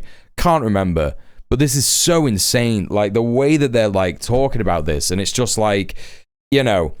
But again, you know, they're now muddying the waters of their own reporting, where they're saying, "Oh, anti-Semitic hate crime has increased since October the 7th attacks in Israel," and then, you know, they're like, oh, actually, the anti-Semitism was happening for a year before that as well. And it's like, okay, well, what are you gonna say? How are you gonna connect that to the Palestine movement, like without saying out loud that in fact it was just Zionists seeing Palestine flags and going, this is an anti-Semitic hate crime? By the way, bunch of fucking Union Jacks up here. And yes, don't know if you can see that. Eye-catching incidents, such as we've seen in Golders Green, in terms of the attacks on the ambulances. Raising the colours in this. Not concerned with taking down the colours in this community when they raise them. That's interesting, isn't it? I'm so glad independent creators like you exist. I'd be such a different, less radical young person stuck in mainstream media narratives. Yeah, I mean that's the sad reality of it, right? There's a lot of people out there like that, but I think a lot of people are sort of like, you know, hearing this shit and just going, this is fucking insane. I just can't be handled this shit. I can't be handling this. Hey, Amaria's love. Anyway, welcome in. New chatter. Hello. Hello, Emmy Killy. How you doing? I was just listening to LBC. They basically just accepted the framing of the London marches as anti-Semitic. Hell yeah, that's so cool. That's so normal. Did the police allow the flag nonsense on the crime scene? Yeah. Synagogues and the like, attempted arson attacks. But talking to people in the Jewish community, it's not just about that. It's about almost that sort of sense of everyday anti-Semitism, as they would call it. I guess I'm wrong. I guess there were more. I thought there were 2 ambulances that were hit. It looks like there was 3. People who say that they get called baby killer in the streets. That they're calling them pogroms next week. Oh, hang on a minute. Get called baby killer in the streets. Now, why would someone call anybody a baby killer? Why would that happen? I am absolutely certain that there will have been one instance, maybe 2 or 3, where some person has decided to call a Jewish person who looks Jewish, who's wearing a yarmulke or the prayer shawl or something like that, or is Orthodox or something in the street, and has gone, you're a baby killer. I'm sure that's happened. Sure, I'm willing to believe it. I'm not saying it doesn't happen, but if we're specifically saying baby killer, people don't just do that, right? It's not like if this is like a common occurrence, it's not going to be because they're Jewish. It's going to be because they have like an Israel flag on them, or they might wear a fucking IDF t-shirt or something. Do you know what I mean? It's just crazy, man. It's so crazy. Hey, Mouse Rat, how you doing? Welcome in. That they face all sorts of questioning. People who almost have to give an explanation of what kind of a Jew they are. I've been been reporting in the South. Yeah, who says what kind of Jew are you? Yeah, often it's Zionists, isn't it? Zionists will often say that anti-Zionist Jews are not the right kind of Jew. That's crazy that's a bit that you're reporting on, right? Like, what the fuck is happening? They're trying to recuperate this shit. It's so detrimental for my mental health to watch BBC Sky News on Mondays, it seems, since the Maccabee ban. It's like clockwork. There's a new focus to keep the outrage going. It's been bonkers. I know, Soul. It's absolutely mad. Southern England, in Brighton, where people say they feel intimidated by others who've gone door to door asking people not to sell, for example, Israeli produce. There it is.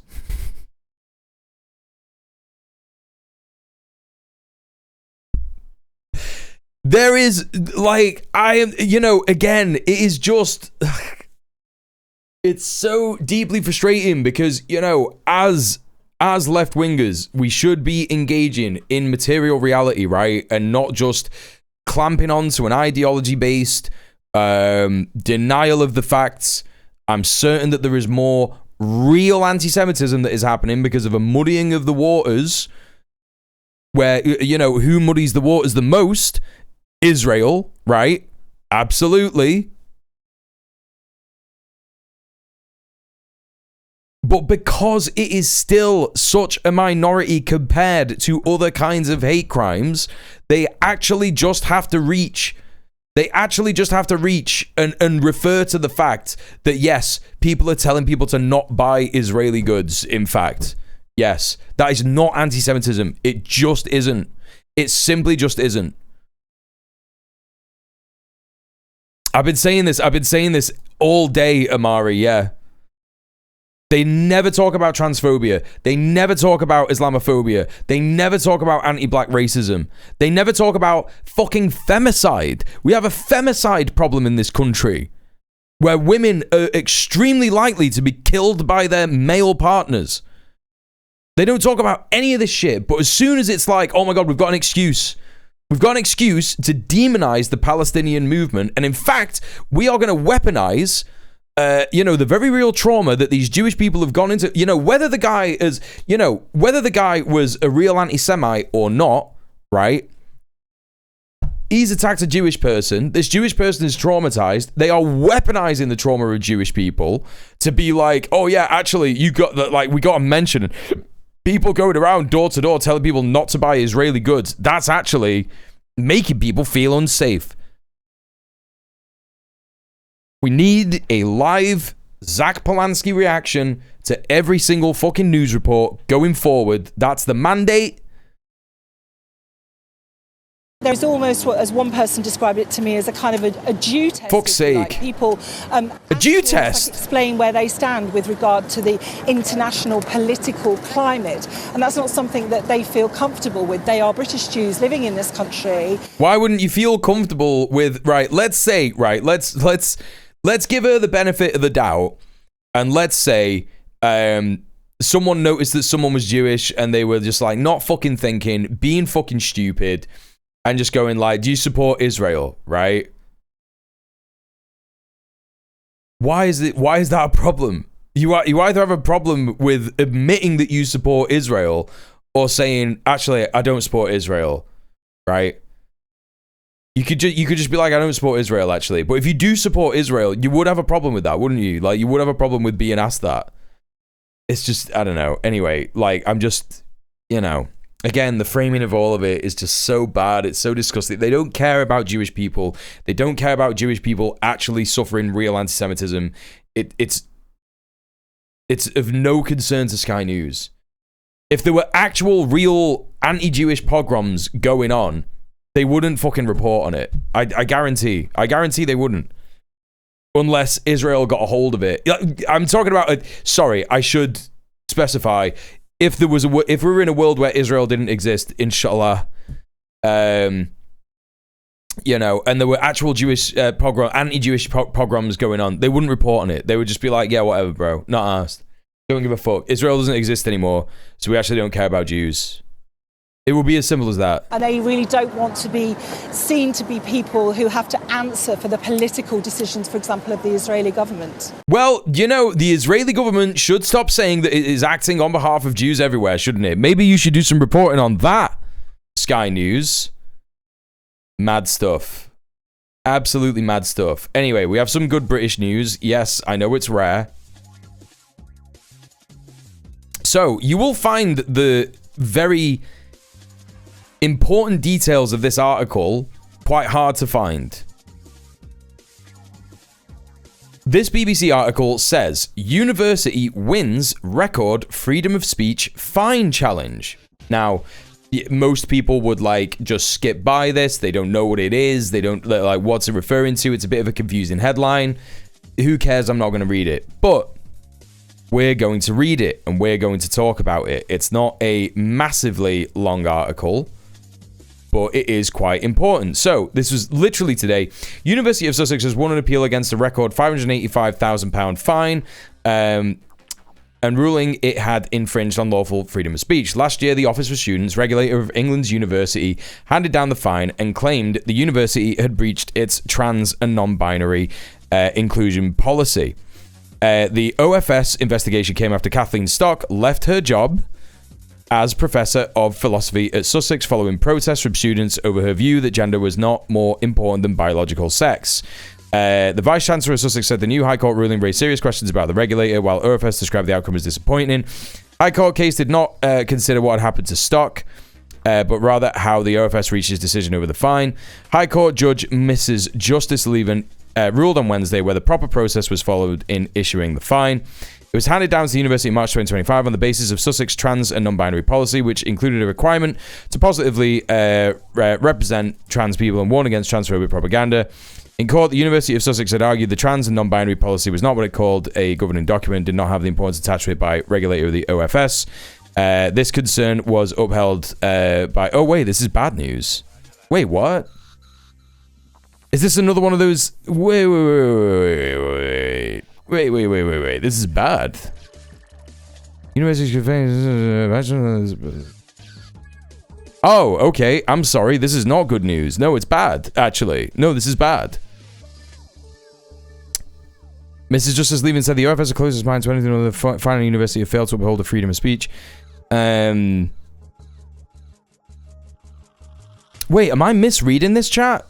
To me, it sounds like the regulator last year, the officers regulator handed down the fine and claimed the university had breached its trans. So they defeated the fine. So they appealed the fine, and then they've said that they actually it's fine to be a TERF on campus. Oh, well, that sucks, actually, and I'm sorry that I misrepresented that. I thought that this was something that was... I wonder why Eleonora was saying that this was good. Anyway, I saw Eleonora posting about this on Twitter, and she was like, I don't know, maybe I've just, like, misread what she's saying. Let's have a look. See if we can figure out...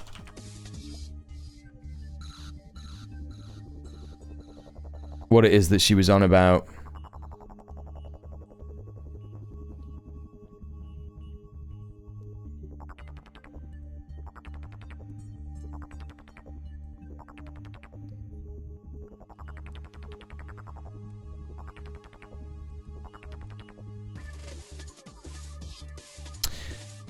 Wait, what?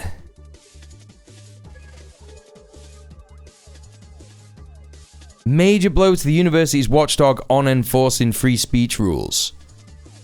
A £585,000 fine over its trans inclusion policy was quashed. So it wasn't being fined.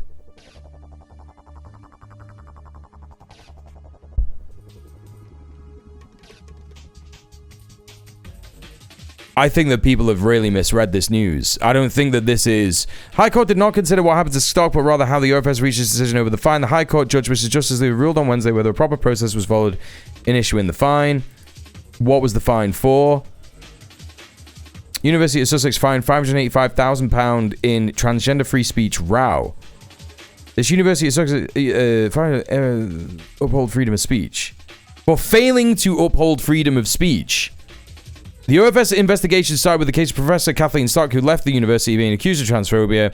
The OFS said the university's policy statement on trans and non-binary equality, including a requirement to positively represent trans people, could lead to staff and students preventing themselves... Oh, they were fined for the policy! No, it is good news!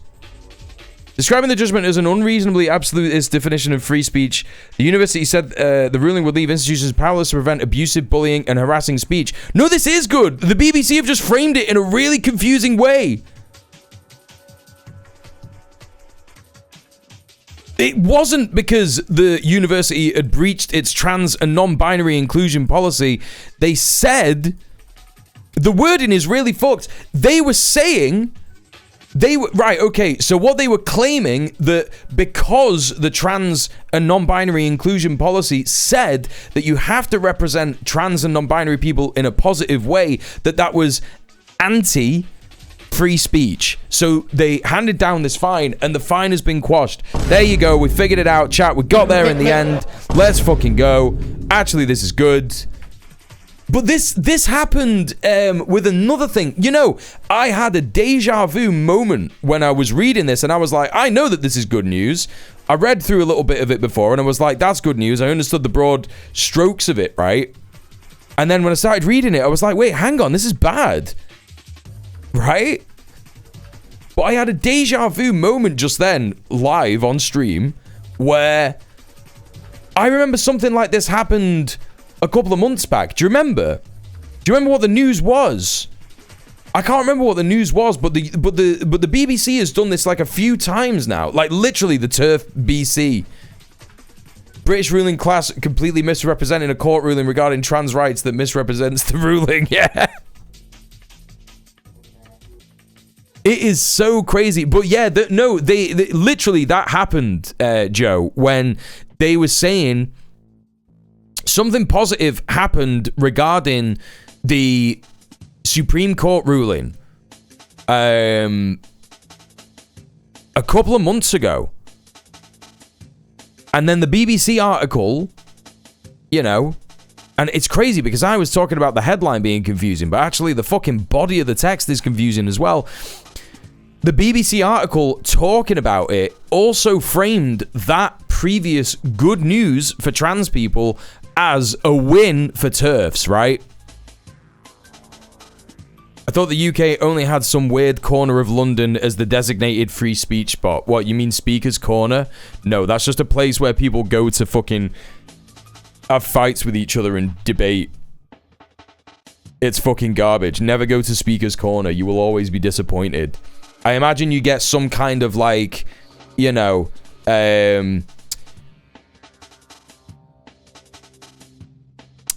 reinterpreted the law a couple of months ago to say that trans people could go to the right bathrooms but not in their jobs, which will make trans people even more unemployable. That's right, Sophie, yes. They were like, you could go to whatever bathroom you want, which is like, it's not a perfect win, but it's a win. And they were literally like, no, actually, I think we should be recording this as a win for the TERFs. Whereas actually it was more mixed. That's right, Soph. That's exactly what it was. That's exactly what it was. Hey, Lady B, how you doing? Welcome in. So yeah, just absolute madness, man. The Vice Chancellor of Sussex said the High Court ruling raised serious questions about the regulator. OFS described the outcome as disappointing. The High Court did not consider what happened to Stock, but rather how the OFS reached this decision over the fine. Yeah, why would the High Court consider what happened to Kathleen Stock? Who wrote this? Branwen Jeffries, education editor. Education and family editor for BBC News. Throughout her career, Branwen has reported on many aspects of how we are born, grow up and live influences, yada yada yada. Schools don't have enough staff, school repairs, school inspections, tuition fees. I'm looking for a transphobic article. I'm just waiting for it to happen. Uniba had nowhere to live. Ofsted after head's death. Investigate work-related suicides. I guess she's an editor, not like a writer, right? Let's have a look. Let's search for Branwen Jeffries.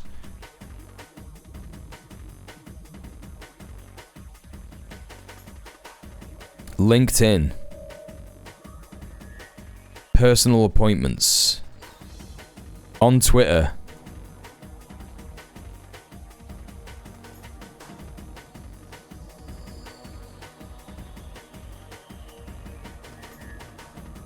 New university free speech complaints to come into force this year.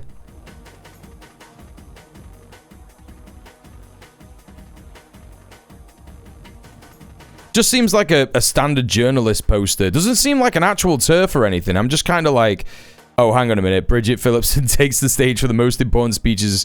The most important speeches she has made to date. on send reforms. The white paper will be published shortly. Follow BBC News Online on radio, TV. Yeah. She likes Bridget Phillipson, Chief Turf, right? That's the strategy. We do nice things for trans people and then just keep telling the TERFs that they won. There was the whole thing with changing rooms at the open water swimming centre. I've remembered what it is. It was the ruling about the nurse in the changing room. I've remembered what the reporting was. It wasn't what Sophie was talking about. I remember reading that and going like, yeah, it's like a win and a mix of a win and a loss.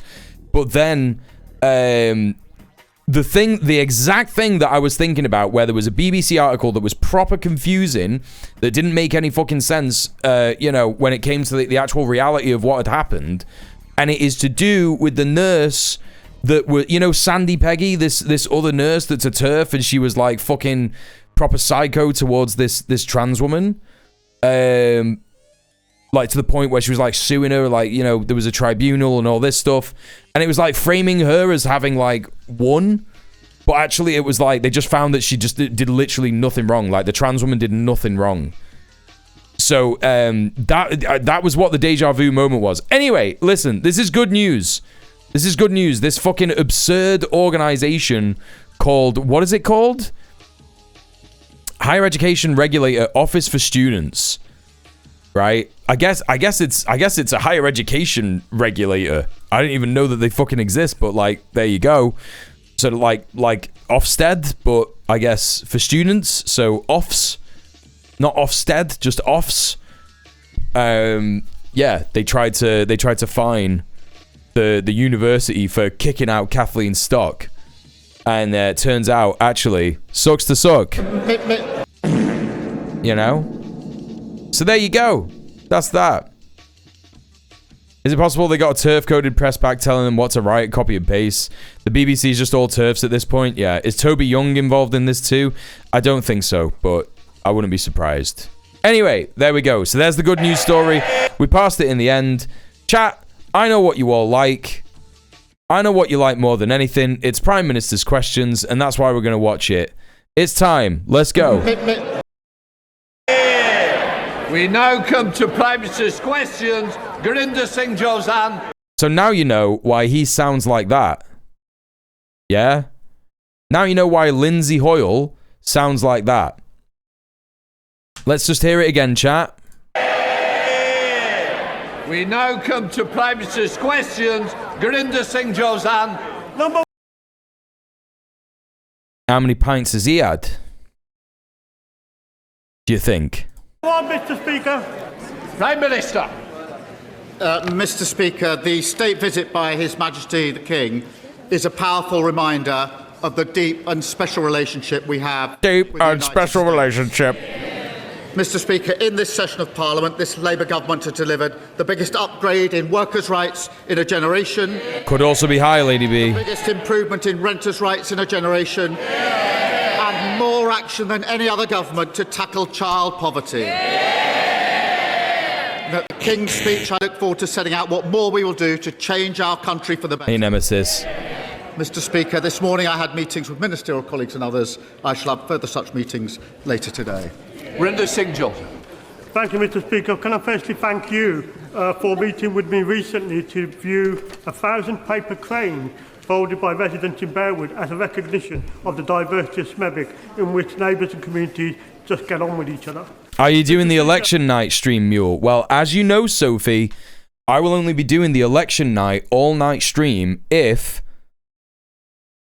Sorry, my monitor just started freaking out. Luckily, yous can't see that. Oh, my monitor just died. Oh, that's good, isn't it? For me, the streamer. Hang on, a hot minute. Fuck me, dude.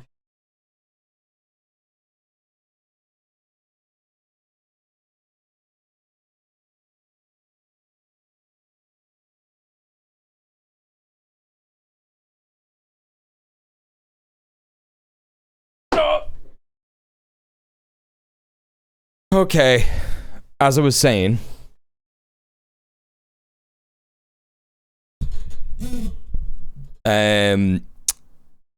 as you know, Sophie, I will only be doing the all-night May the 7th election stream if the chatters get me to £700 before the end of tomorrow's stream. So if you want to pay me for the job that I have done, now I don't need any subs because we've had all the subs for the sub goal for this month. Yeah, we're talking about direct donos. Yeah, direct donos. Use the tip link in the chat. We have got £43 to go. Technically £42.1 or whatever, like half a pence or something. That's right, I forgot all about that. Sounds to me like chatters need to get donating. There's only £42 to go. Now, chat, I don't normally look at how many people are watching me during a stream because it sends me under sometimes, but there's definitely 46 people watching right now, right? And 46 people watching right now. If you all donated £1, we would get there right away. Yeah? Literally immediately. That is what would happen. So, please consider donating using the tip link in the chat. All we need is £1 each, literally £1 each from everybody. And we would hit the dono goal and unlock the all-night May the 7th local election stream. Yeah, where I will be going all night. Lady B, you literally gifted 20 subs the first time you came to the chat, so there is no problem with you. There is no need for you to apologize for not being able to donate £1. You know, we got a lot of heavy lifters in the chat, yeah? And a lot of tax evaders, as you Gopnik would call them. But anyway, yes. £42 to go. Residents in my Sperry constituency and across Sandwell benefit from the lowest council tax in the West Midlands, investment in new leisure centres, parks and all our libraries kept open. Sandwell's the third best in the country for fixing potholes, expanded breakfast clubs, free school meals and cheaper school uniform for our children. Does the Prime Minister agree? Nah, it's okay, Lady B. Appreciate you. Labour Sandwell Council and the changes brought back by this government, this Labour government, opposed at every opportunity by the Tories and Reform. Cringe whip question. Can I thank him for his work to give every child the best start in life in his constituency? And I'm very glad that this government has done more than any other government to lift children out of poverty. Mr. Speaker, thanks to our... It's just a lie. I hate that he keeps lying about that.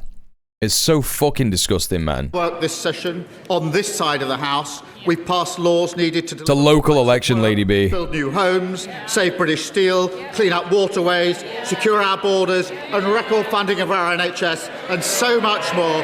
Change delivered by Labour, opposed by the Tories and Reform. Literally zero change delivered by Labour. Supported, actually, by the Tories and Reform.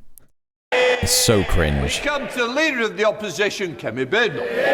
Record funding since when exactly? Thank you. I do think that sometimes they actually do clarify that, and it turns out to be like more funding than they've had in the last 5 years, and it's like that's nothing to be boasting about, bro. Did they share this already? Your food prices aren't doing great. Higher prices could last for 8 months after Iran war, minister says. Yeah, we actually watched this interview, I think. Oh no, was this week or last week? What are we on?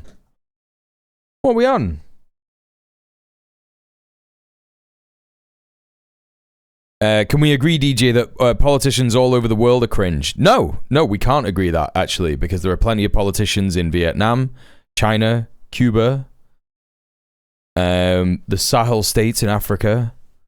There are multiple politicians that are, in fact, the most based people in the world. So, no, I won't be agreeing on that. Also, there are lots of politicians in the UK that are good, including Zach Polanski, you know. Western countries, well, yeah, you know, you did say the world, right? Wish the Greens could stand up one after the other and all call him a liar in their question. If only PMQs would allow that, that'd be sick. Gustavo Petro is my blowbo. Yes. Yeah, this was 3 days ago. So, yeah, people in the UK can face higher energy, food, and flight ticket prices for at least 8 months following the end of the US-Israel war with Iran. And guess what? It is not over, and it won't be over for a long time. So that's good, isn't it? At least 8 months. Very good, chat. DJ Mule stream vindicated once again. End of this session, and what a contrast with the beginning, Mr. Speaker. I did see that Mali's defense minister got killed. I do know that France is doing imperialism. They're doing US-style imperialism in Mali, and they're trying to exploit Niger and Burkina Faso as well through essentially funding terrorist proxy groups. It's essentially ISIS. So yeah, it's fucking crazy. Back in July 2024, those benches were full of sycophantic questions from adoring new MPs. It's me, Satan. Yesterday... Thanks for the money. Yo, thank you so much. Pocket money. Thank you so much. What is that? Oh, Krill with the £4.20. Let's go. Let me get that name. Comrade Simon, only one politician has the meep meep. Comrade Simon, thank you so much for the £6.66. And Krill, thank you so much for the £4.20. Thank you for subbing off Twitch. Thank you for supporting the stream. Chat, we are now £32 away from hitting the dono goal. It's so achievable. It is so gonna happen. Yeah, I'm gonna keep talking about it until it happens. I'm not going to do that thing that I did last week where I tried to summon a dono. Because I think that cursed the stream. And I think that led to some of the encoding issues. So I'm not going to do that this time. But I believe that you could do it. You could do it. It's going to happen. The Prime Minister was reduced to begging those same MPs to save his own skin. It was too powerful. Mr. Speaker, he's broken his promise to grow the economy. The only thing that's grown is the welfare bill. The only thing that's grown is the welfare bill. So can the Prime Minister tell us, how many more people are out of work and claiming universal credit since he took office? Prime Minister. Mr. Speaker, she talks about what we've done in relation to raising people out of work. We have the youth guarantee that we put in place for young people. We've raised the national minimum wage thanks to our Chancellor. We've helped... It's happening. Come on, chat.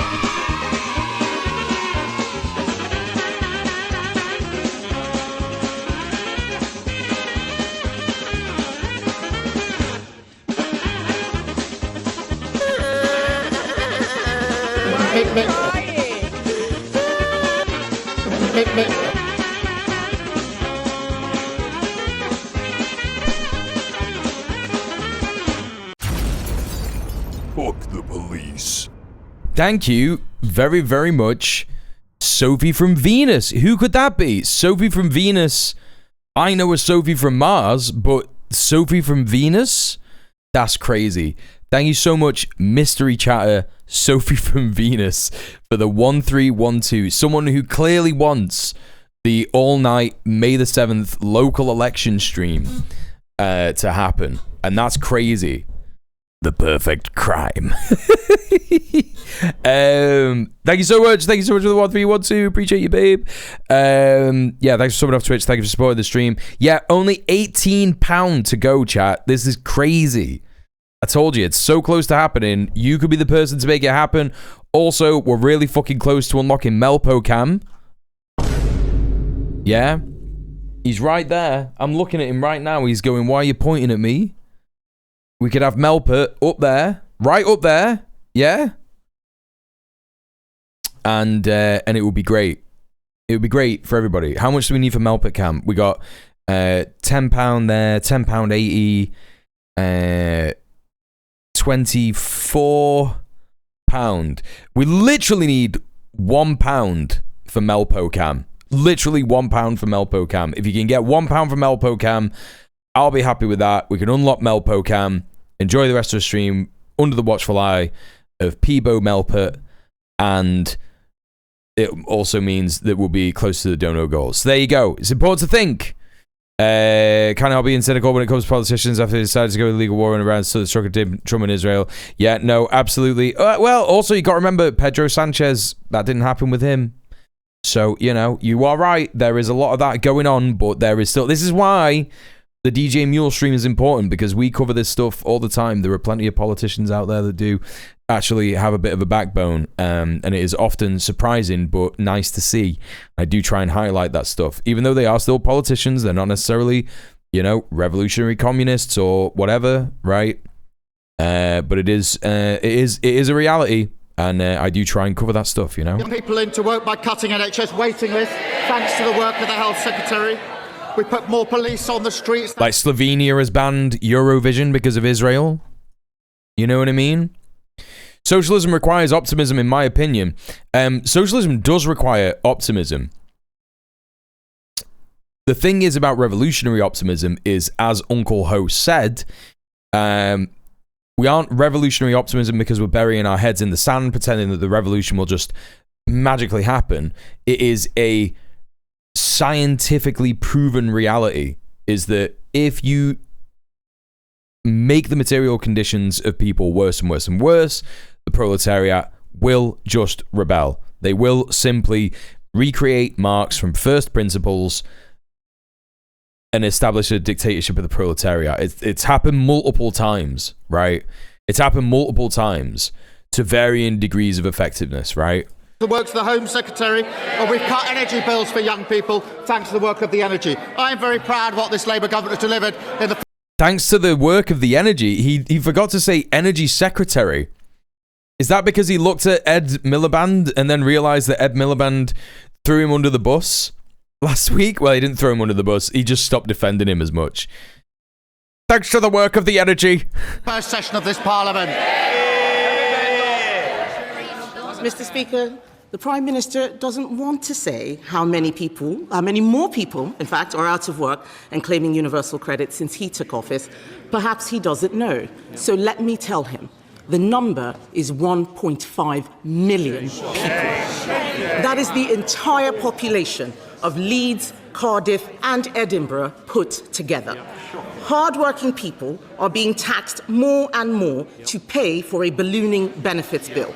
So can the Prime Minister tell us why on his watch for the... I mean, the fucking annoying thing about Kemi Badenoch, right, in talking about the million people who are on benefits and all this kind of stuff, is that, yes, absolutely, there are people out of work. The reason that people are out of work is because the job market is absolute dog shit in the UK at the moment. Like, I know that. I was in the employment track of Universal Credit last year, and it's absolutely dire.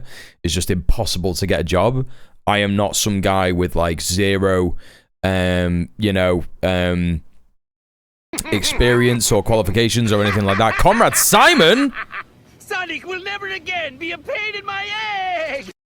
We need you to cover the green wave. Yo! Let's fucking go, chat. Let's fucking go.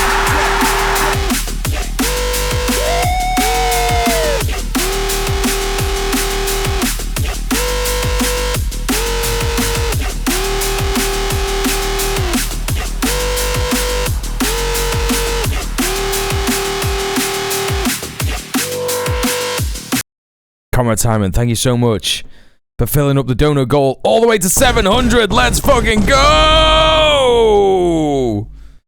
We need you to cover the green wave, I believe. Well, it's going to be happening May the 7th. All night coverage of the local elections.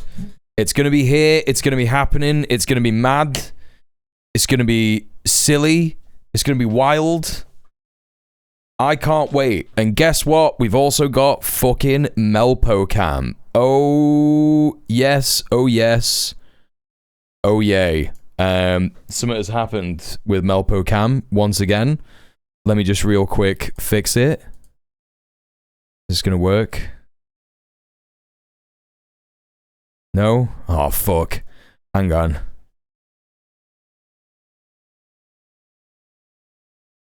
Give me a sec. There we go. It's not in the right position, but...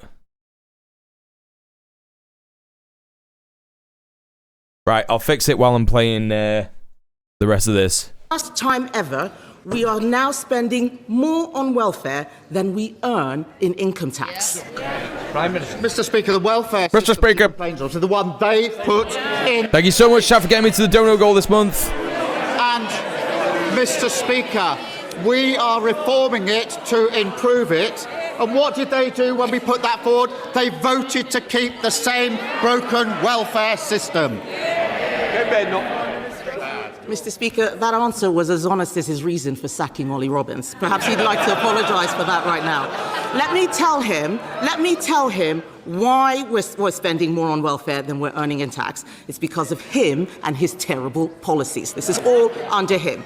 We are spending so much on welfare, we cannot afford to defend the country.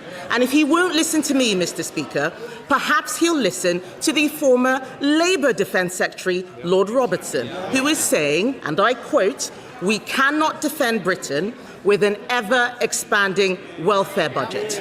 I agree with Lord Robertson. Why doesn't he? Mr. Speaker, this is the Labour government. It's so annoying. It's so annoying. What I was going to say earlier before the dono from Comrade Simon. Thank you so much, everybody, for all the donos today. Thank you. Really appreciate you. But what I was going to say before is that the sad reality is that Kemi Badenoch is right, is that there are definitely more people claiming, benefits because there is a shit jobs market out there, right? That's just the reality of what's going on. The government can more than afford it, though. Like, this is the problem. Like, the line of criticism is so torrified, right, that it just makes it so disgusting, because we know that Keir Starmer's government is kicking people off universal credit. We know that that's happening. We know that more people are claiming it. It doesn't mean that those claims are successful, right? You start a claim and then you have to go through the process. Yeah, it's 2010 rhetoric. It sounds like a nose and a briefcase combined. Yeah.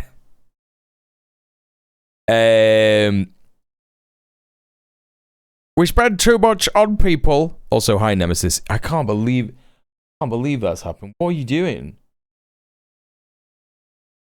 Look at him, chat. Oh, he's just moved.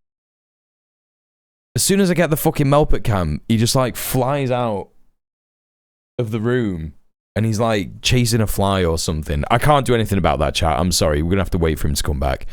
But yeah, you know, it's ridiculous, Nemesis. He's getting a bit camera shy. It's sad, yeah. Of increased defence spending, the highest sustained spend since the Cold War. What did they do, Mr. Speaker? When they came into power, defence spending was 2.5%, and when they left power, it was 2.3%. And even their own Secretary of State admitted they hollowed out our armed forces, so we'll take no lectures from them on defence. Take no lectures from them on defence. Speaker, talking about more defence spending is not the same as giving more money for defence. He has been in office for nearly 2 years, Mr. Speaker. What he does have, he's got a welfare plan until 2031, but he's not produced a defence investment plan. Woman in purple made the yapping sign at him. Under him, because we are borrowing to pay for welfare. Yesterday, we learned that the cost of government borrowing is now the highest in 2 decades. That's under him. I mean, I don't want to defend Starmer, but like, highest in 2 decades. Highest in 2 decades. Like, yous were in power for like a bunch of those decades. Do you know what I mean? Instead of getting a grip on the economy, the Chancellor is briefing out rent control. BP alone made more profit than that 2.2% difference. Yes, that's correct. To curry favour. She does have the 2031 The Yankification, the Yankified accent, yeah. Favor with left-wing backbenchers. This is not a serious way to run the economy. It is time the Prime Minister gives her an easier job. So will he listen to businesses, listen to the country, and reshuffle the Chancellor? will you sack the fucking Chancellor, mate? That's so joke, actually. He was already thinking about doing that. You don't have to worry. That's already gonna happen after the May elections. It's like they're in tandem, you know what I mean? Oh, that's so funny. Last time you lot had to defend yourselves, you were getting bullied by a third-rate power of an island with a population of 17. How much military does the UK need? Hello, RTE clearance. Yeah, well, the only reason that Kemi Badenoch is talking about increasing defense spending is because the ruling class and the top brass in the UK are demanding, along with Donald Trump, to be, you know, fucking, whatchamacallit it, increasing the defense spending, right? That's the only reason that they're harping on about it. And the thing is it's just like, it's a total mid-off. Because Kemi Badenoch is criticizing Keir Starmer for like not doing things that the Tories think he should be doing, but he is in fact actually doing the things that the Tories think he should be doing, which is why all the time he's saying we are in fact funding the defense, we are in fact kicking people off welfare. There's no ideological difference here. The rent freeze was such an exciting idea. I can't believe they waved it in front of our faces for literally half a day. Yeah, but it's mint though, because Carla Denyer was just like, oh, well, looks like you'll have to vote green. It's the Democrat strategy. Yeah, literally. Literally. We've been so Yankified. It's absolutely mad. Yeah, why are you angry with us? We're doing everything you want. Speaker, at the spring statement, the Chancellor was very proud to say inflation was down to 3%. Yes, when he does it, it'll look like she's in charge, yeah. Interest rates in a cut. We've seen the growth figures for the early part of this year. And she says, well, the cost of borrowing's gone up. Yes, because there's a conflict in Iran. And what did she want to do? What did she want to do when I said we wouldn't be dragged into I thought through the consequences, including the economic consequences, what did she do? Bro, you sent the what is it, the HMS Dragon? You sent the HMS Dragon to Akrotiri. It got scared and shat itself and was probably hit by a Hezbollah drone.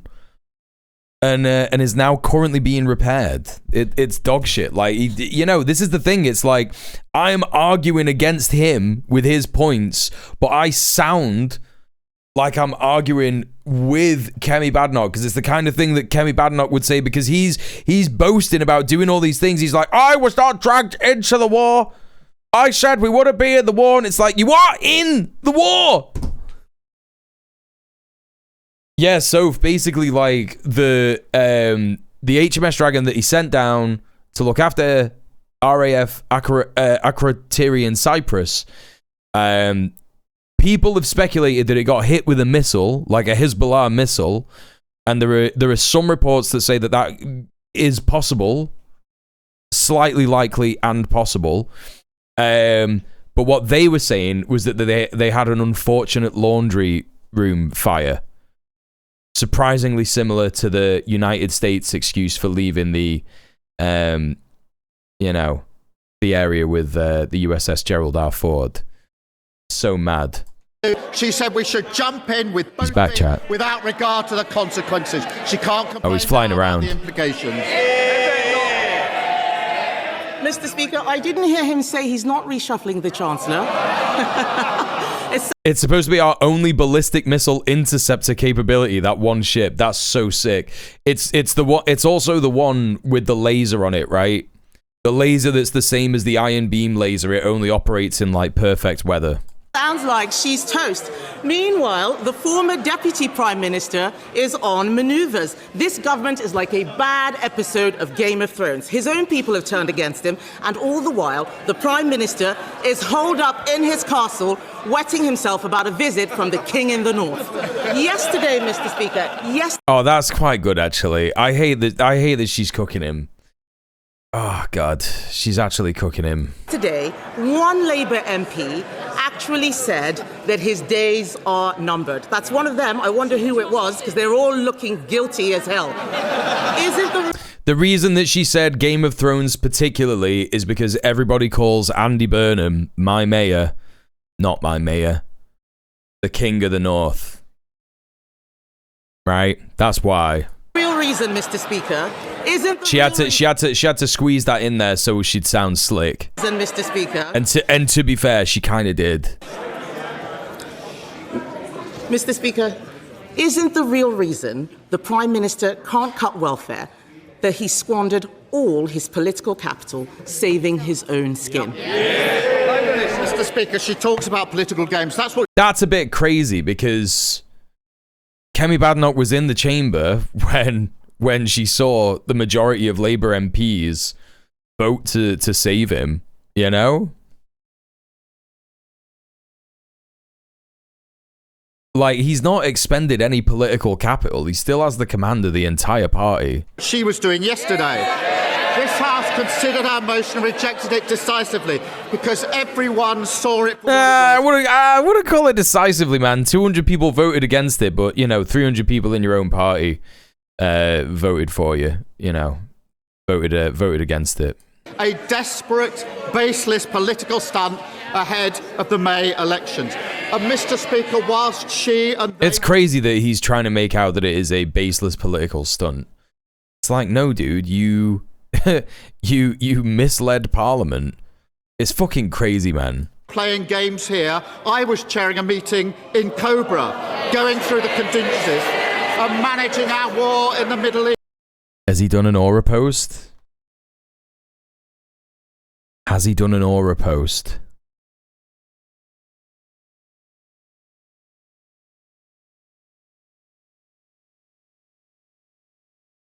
Oh, I zoomed out loads on TikTok so I couldn't see the search bar. Here, Starmer, let's have a look. Has he put one out? Oh, chat, we've had 2 since we last looked. There's been 2 put out since we last looked. I've always worked for working. This one's gonna be crazy. I just know it. I just know it. This one's gonna be mental. People. Because I've always worked for working people. Because I know exactly whose side I'm on. People who've been ignored by politics for years. People who don't get the...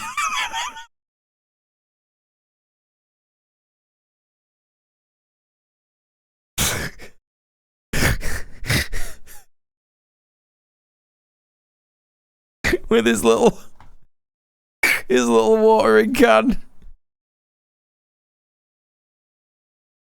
This is so good. Dignity and the respect that they deserve. Those have always been my values because I fundamentally believe that the common bond of our...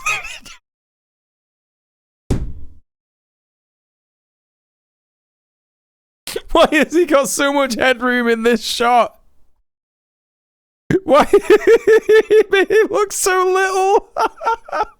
our country, the ground that we all share and love. Oh, God. Than the grievance and division we see in so much of politics. Why have they got a picture of him looking disheveled getting out of a car, bro? That's just not flattering at all. Grievance and... Hey, Val. Welcome in. Thank you for the 90 consecutive streams watched. Summer being PM is like Ash opening one of the 3 Necronomicons in Army of Darkness. Yeah, it's good, innit? Yeah, we did it, Krill. Goal hit. May the 7th election stream completely fucking unlocked. Hey, Litty, whoever runs his social media needs to be sent to The Hague for crimes against humanity. Yeah. I like how the music sounds like into a jam song. I'm waiting for the guitar and Paul Weller. Oh, yeah, no, that's done on purpose. They always try and make him look like he's dead cool. Division we see in so much of politics. I will fight for that with every breath I have. I will fight for working people. This is insane. What the fuck is this, man? He doesn't know how to... Can you imagine having a cup of tea from Keir Starmer? Do you remember what we were saying the other day? We were saying, like, there's no way he knows how to make a cup of tea. I do not know how to address this cup of tea that you've given me. Water. The top comment is brilliant. I'm 18. I haven't been able to get a job. It's so hard right now. I've applied to 300 jobs. I only had 10 interviews. Please fix this. But this is the reality of life, innit? Do you know what I mean? This is literally the reality of fucking life. Under Labour, there are no jobs. There are literally no fucking jobs. He is not getting people into position. It's like people who want to work. Like, chat, if I could get a cafe job, I would do it. I would do a part-time cafe job alongside the stream. You better believe it. But I have to go on universal credit and get topped up to actually hit a minimum wage. And that's the case for a lot of people. That's the case for most people. It's fucking crazy. You know, there's people out there who want to work, who are like, I'm ready to work. I've got the energy. I've got the will. I've got the experience.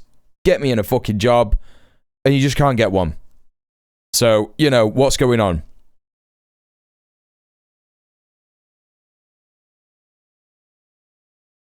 That's the Clinton fist. It's meant to convey power without appearing overly vicious. Oh, yeah, this thing. Yeah, I know about that. He's definitely making the most milky brews you've ever had in your entire life. Fight for the tolerant, decent, respectful Britain that I know and I love. Because that is my politics.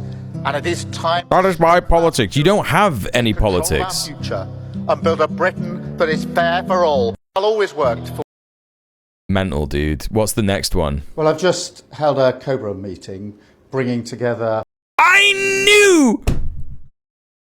knew that when he mentioned a Cobra meeting, that there would be an associated TikTok. I knew it. Whenever there's anything related to war or like worrying stuff or shit like that, I knew there was going to be an associated TikTok. This is fucking crazy. He doesn't even know what to do with his hands. Look at him.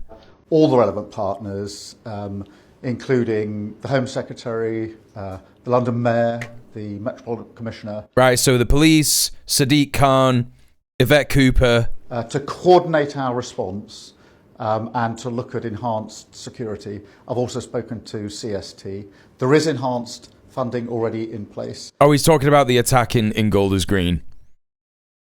He's talking about the attack in Golders Green. We need to increase that to give the level of protection that the last shot had a blurry sausage in it. Wait, what? It's our responsibility to coordinate the immediate response here to this appalling attack, to ensure security is in place, to take... He never does this. He literally never does this for any fucking attack on any mosque or anything like that. Again, it's the same shit as the media. Other measures, I'm holding a meeting tomorrow with the criminal justice agencies to make sure that we can have effective and swift justice in these cases. But we do have to recognise the levels of anxiety and concern there are that I know about in terms of the Jewish community feeling very much exposed and vulnerable, feeling they've got to hide their identity, sometimes in the health service, sometimes at school, on the streets where they live. And it's our job to make sure... Yeah, there's no other marginalised group that has to do that, is there? There's no other marginalised group that has to do that. Sure that they feel safe and secure. It's our job to make sure that we absolutely deal with the roots of anti-Semitism and extremism. That is what we will do. Well, garbage. Absolute garbage. I knew that that's what he was going to be referring to. Mr. Speaker, they think political games here is more important than managing the implications of the war in the Middle East, which will affect every single one of their constituents. And none of them ask any questions about it. None of them want to debate it. They just want to debate silly political stunts. Because, Mr. Speaker... Hey, Kensai, similar shit here in the States. Lots of job openings. Meanwhile, Corpo's using resumes to feed into and train the AI HR bots. No one is hiring in any significant numbers. Yeah, it's the end point of neoliberalism. That's what it is. It's the end point of neoliberalism. And if Starmer was smart, he would be having Cobra meetings about what to do when there's another fucking, 2011 riot, right? Now, the 2011 riot was, kind of similar material condition based,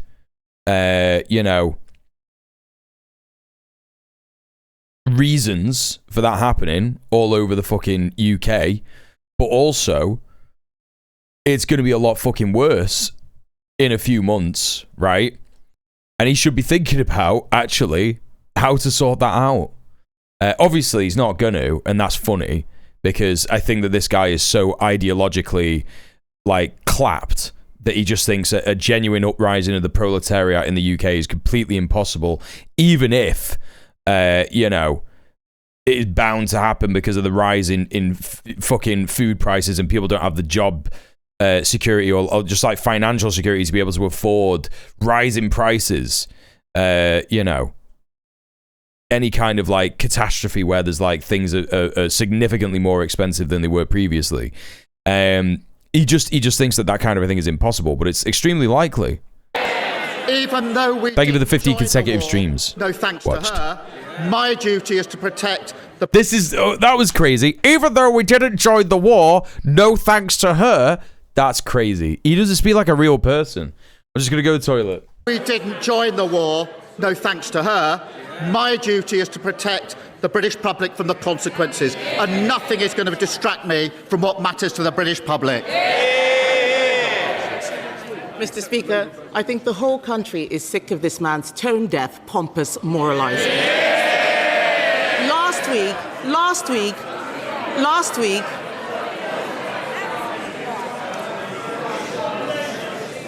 Last week, we all saw him punch the Speaker's chair. This is not a man who is in control. Since the last King's speech, it's been one disaster after another. Cronyism, jobs for friends of convicted paedophiles, peerages for other friends of convicted paedophiles, broken promises on taxes, U-turn after U-turn after U-turn. He's lost a deputy prime minister, 2 chiefs of staff, 2 cabinet secretaries, the support of his backbenchers, and all his credibility. Yes. They can jeer, Mr. Speaker, they can jeer as much as they like. They're going to have to go to their constituencies and explain to all those people why they did what they did last night. The fact is, the Prime Minister was reduced to whipping his MPs to save him and pleading with a tax dodger to rejoin his cabinet.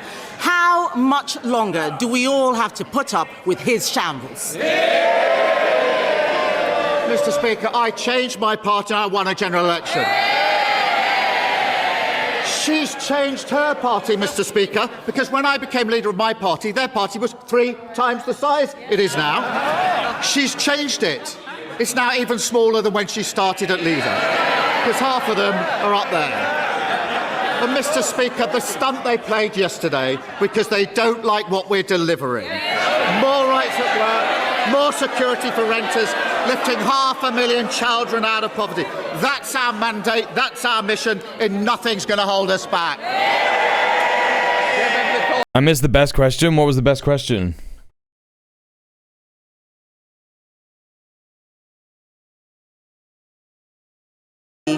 We all saw him punch the Speaker's chair. This is not a man who is in control. He punched the Speaker's chair. Is that true?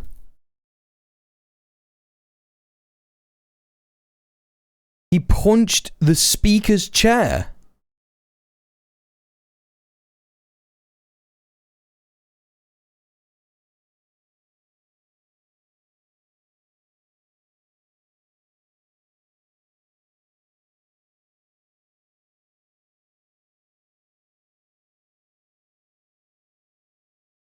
Verbal support. Oh, this is on the Dan Wootton YouTube channel. Where does he actually hit the chair? Is it here?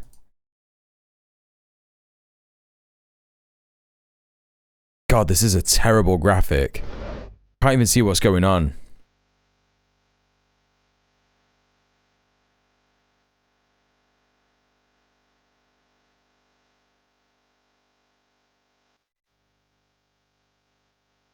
Wait, what? That wasn't a punch, it was a tap.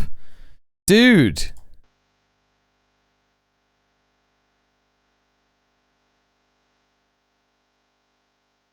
This motherfucker couldn't punch a whole lot of fruit together and make a tasty summer drink.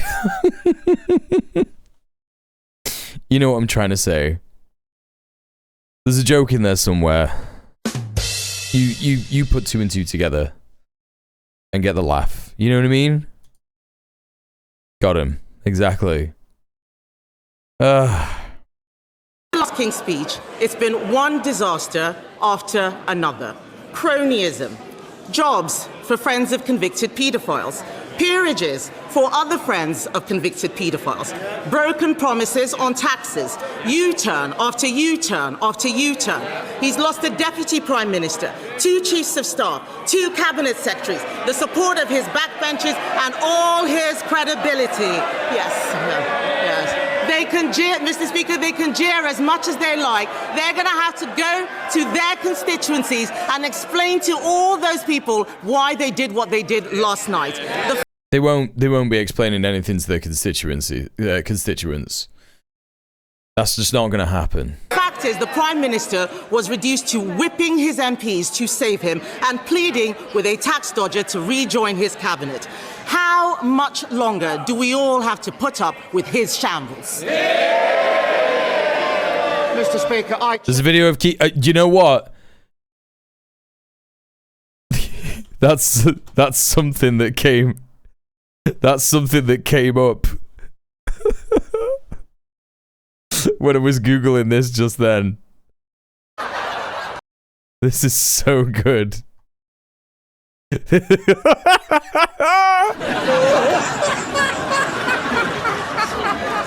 Remember this.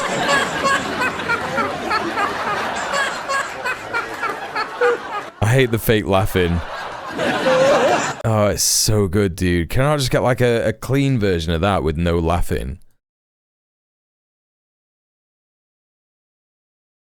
It's just quality stuff in it. It's proper quality stuff. Yeah, there is a. Oh no, it's the same fucking one. Why is it just like he couldn't knock the skin off custard? Yeah, okay. changed my party and I won a general election. I changed my party and won a general election. She changed her party, Mr. Speaker, because when I became leader of my party, their party was 3 times the size it is now. She's changed it. It's now even smaller than when she started at leader, because half of them are up there. And Mr. Speaker, the stunt they played yesterday because they don't like what we're delivering. More rights at work, more security for renters, lifting 500,000 children out of poverty. That's our mandate, that's our mission, and nothing's going to hold us back. Dog shit.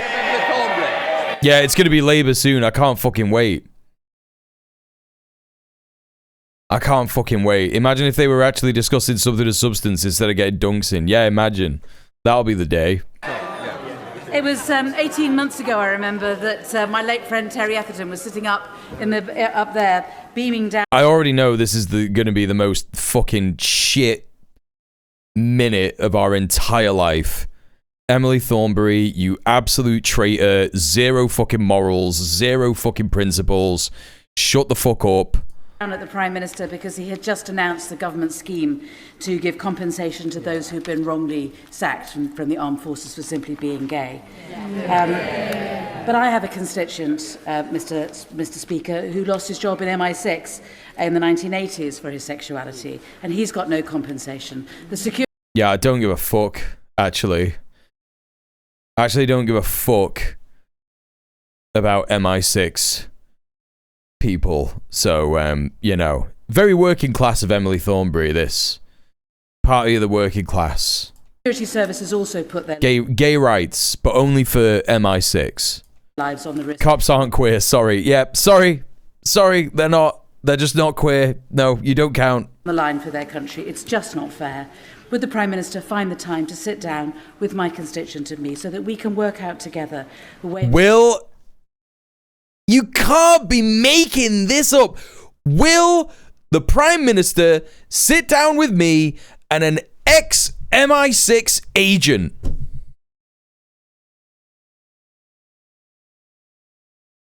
Yeah, I'm sure he will.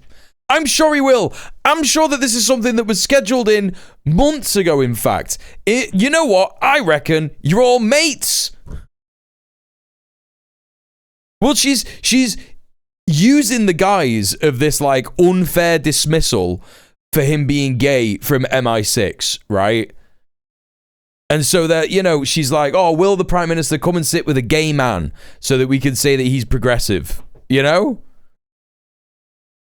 Great stuff. I think Stonewall said that they weren't doing trans rights because they wanted to focus on these cases. No, Stonewall aren't doing trans rights because they're absolute fucking dog shit.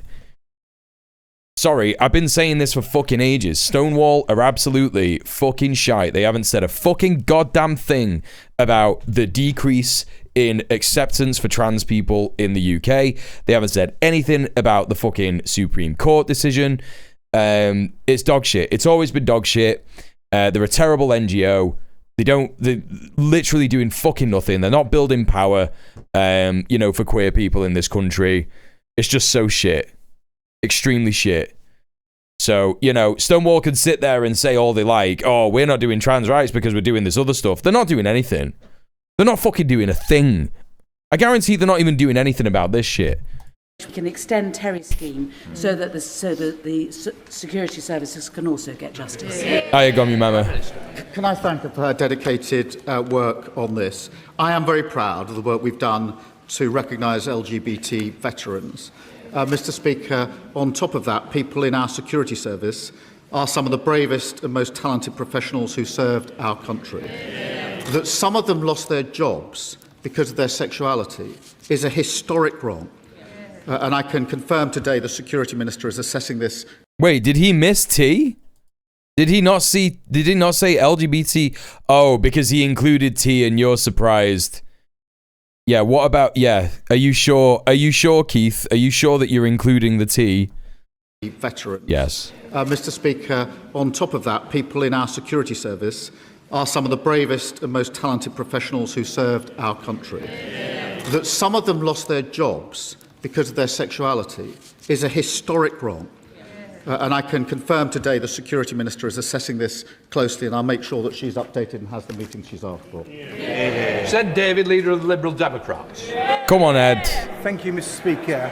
Yesterday, we heard Christian Turner, Peter Mandelson's replacement as US Ambassador, say that the only country Trump has a special relationship with is Israel, that the Prime Minister's job is in danger after next week's elections, and that in the US, Jeffrey Epstein's associates have evaded responsibility for their actions. The Prime Minister has had to fire one US ambassador for lying. Does he fear he'll now have to fire a second one for telling the truth? That's great. That's great. That was good. That was good. Shit politics, shit party, but pretty solid roast, to be honest. Mr. Speaker, given what I've had thrown at me in the last 2 weeks... Hey, Johnny. No, it's all good. Shit happens, right? But, Mr. Speaker, I know he likes stunts, but I was surprised he joined in the one yesterday, because his own business spokesman said last week, satisfied I had not misled the House. He, of course, is... And when we did that, Johnny, that was like 2021, right? That was ages ago, and this was before, you know, the way things have gone in this country were going that way, and I think that we both just thought that Stonewall were much better than they were. Do you know what I mean? I wouldn't worry about that, dude. Position was shit it happens. was inconceivable that officials would give clearance to Mandelson and not tell ministers it was against the UK SV recommendation. That's what he said, and it didn't happen. I expect frivolous accusations from the leader of the opposition. Clearly, I was wrong to expect anything better from the man in the wetsuit.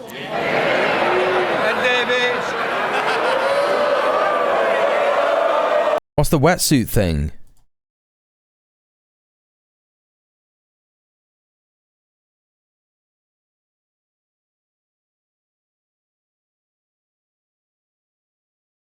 He just wore a wetsuit once. He doesn't even look bad in it or anything.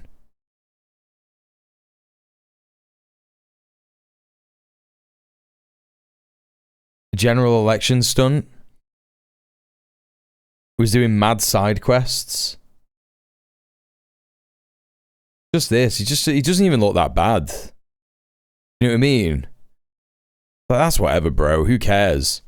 Compared to Keir Starmer on the fucking, you know, on the punch bag.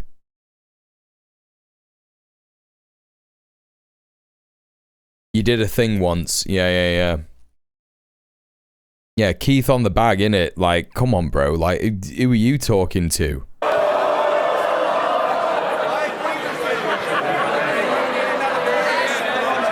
I think Ed Davey at this point is probably being like, he's trying to remember like what he's referring to. He probably doesn't even remember doing this.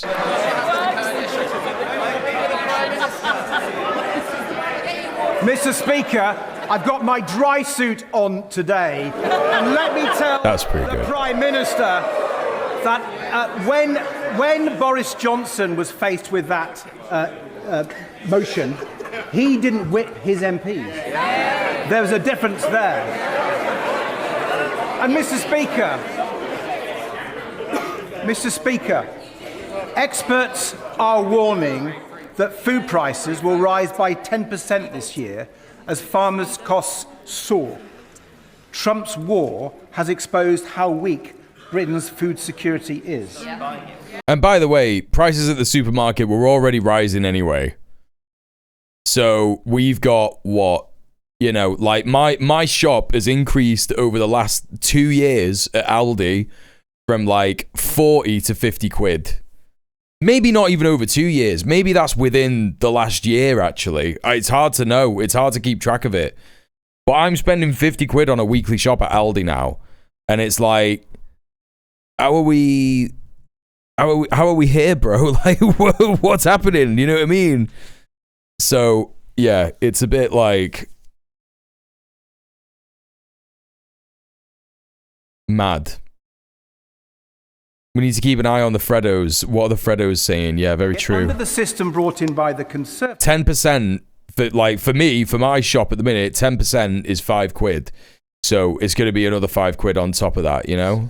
England is the only country in Europe where farm payments don't actively support farmers to produce food.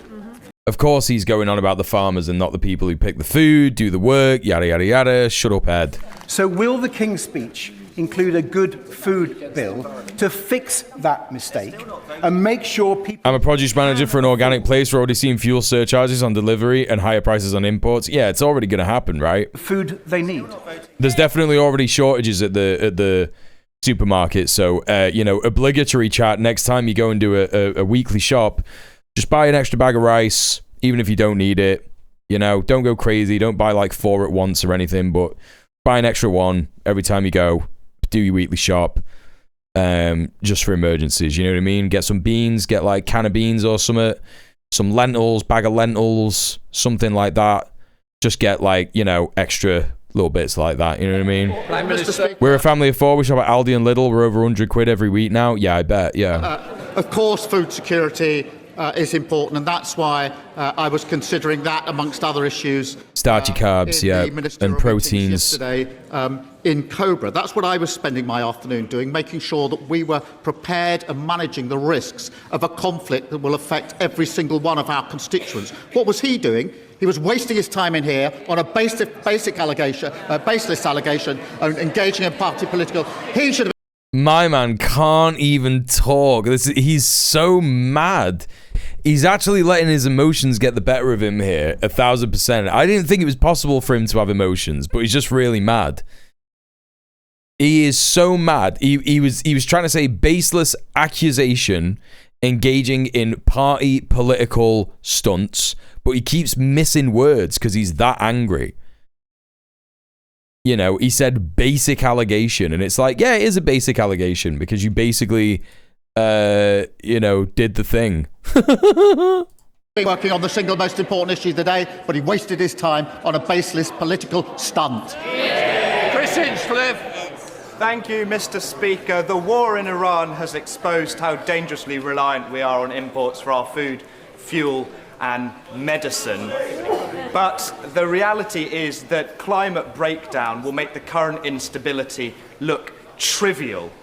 Will the Prime Minister use the upcoming King's Speech to address this fact and redirect our economy towards food security, energy security, and security in supply of our medicine? So, okay.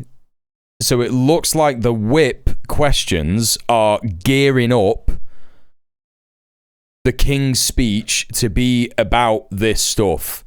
And maybe there are going to be some sweeping decisions that are made that could be good, right? But this is not something that has happened because Keir Starmer has just woken up one day and gone, I'm going to make things better for the UK because we need sovereignty. We need to engage in sovereignty.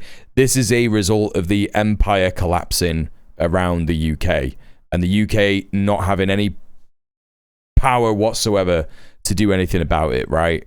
So this is quite interesting. Security in our supply of medicines, food security, and also energy. Talking about climate breakdown. Is there going to be an announcement of a solar farm or a wind farm or something like this? Very interesting stuff. Well, Prime Minister, he's absolutely right to highlight the real risk of climate change, both internationally and at home. And I'm proud, Mr. Speaker, we've restored the UK's position as a global leader on climate action. And that means cutting emissions with our carbon budget, investing £7 billion in nature recovery, and driving ahead with renewables. They're the right steps to protect supply chains. Huge shipment of Chinese solar. Let's fucking go. People. You never know. Mr. Speaker, depending upon results in the elections next week, this may well be my final PMQs. Chat, that's going to be the most exciting part of the May the 7th election stream. We're going to be sat here watching the union fall apart in real time. I can't fucking wait. The Senate is going to go to fucking Plaid Cymru and the Greens. Holyrood is going to go to the SNP and the Scottish Greens. I can't believe it. I genuinely can't believe it.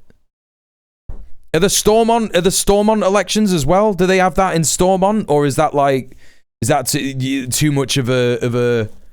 Do they even allow Stormont to have elections? I don't know how members of Northern Ireland Parliament even fucking works, man. I suppose. Are you allowed to have elections in the north of Ireland, Johnny? I suppose, Mr. Speaker, the same is perhaps true for the Prime Minister as well. It's not the same schedule, right? But before then, does he understand that, yes, it's because of inaction on the cost of living crisis, yes, it's because of the debacle of the winter fuel payment, yes, it's because of the 1,000 jobs being lost a month in Scotland's North Sea and the closure of Grangemouth, yes, it's because of his judgment on Matthew Doyle and Peter Mandelson, but above all else, the reason why his time in office will soon be coming to a close is because he promised change, but has delivered chaos. Let's go. I'm proud of what this Labour government has achieved. Assembly keeps getting shut down. The DUP and the Sinn Féin can't agree to form governments. Yeah, that's fair enough. Proud of what we will achieve. If it is his last session here, let's reflect on his great achievements in Westminster. He kicked out his predecessor and then lost 39 MPs at the next election. I hope he can keep up that record in Holyrood next week. I hope he can keep up that record in Holyrood next week. He just admitted he's going to win. That's why he's smiling. Oh, that's so funny, dude. He really thought he owned him. But he was like, yeah, no, you are going to win it to Holyrood. He knows in his head. He's been briefed on all of this stuff. It's so crazy. He literally knows that Labour are going to get dumpstered. Absolutely dumpstered. No loads refused. It's going to be a fucking complete mess. I can't believe it, dude. He just knows. He's been briefed on it. He knows it's going to happen. Thank you, Mr. Speaker. This Labour government's £29 billion of investment in the NHS and £2 billion in life sciences Shut is up. critical to fixing our NHS and tackling health inequalities. Well, why hasn't it worked? This life sciences cluster in Whitechapel will become one of Europe's leading NHS-centred clusters, and we've already secured... What are they wearing the purple things for, chat? Will the Prime Minister direct the Office for Investment to co-sponsor this initiative and ensure the National Wealth Fund co-invests so we can turn East London's health inequalities into a driver for UK life sciences growth, transforming the future of healthcare in London, the UK and globally? Prime Minister. Fuck's sake, man. I'm proud that Labour is investing in life sciences, and I thank my honourable friend for championing this project for over a decade. The National Wealth Fund is designed to co-invest alongside private investors. Ministers are happy to discuss those proposals with her. Corpo speak, yeah. Today I can announce a significant new investment by AstraZeneca, investing £300 million in UK life sciences, made possible by the pharmaceutical arrangement we have struck with the United States to future-proof...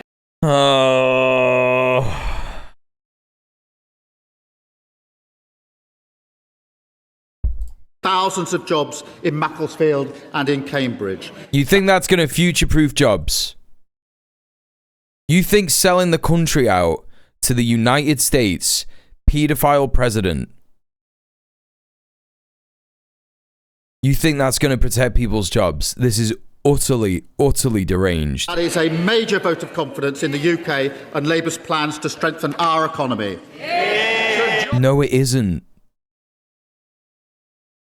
No, it isn't. Thank you, Mr. Speaker.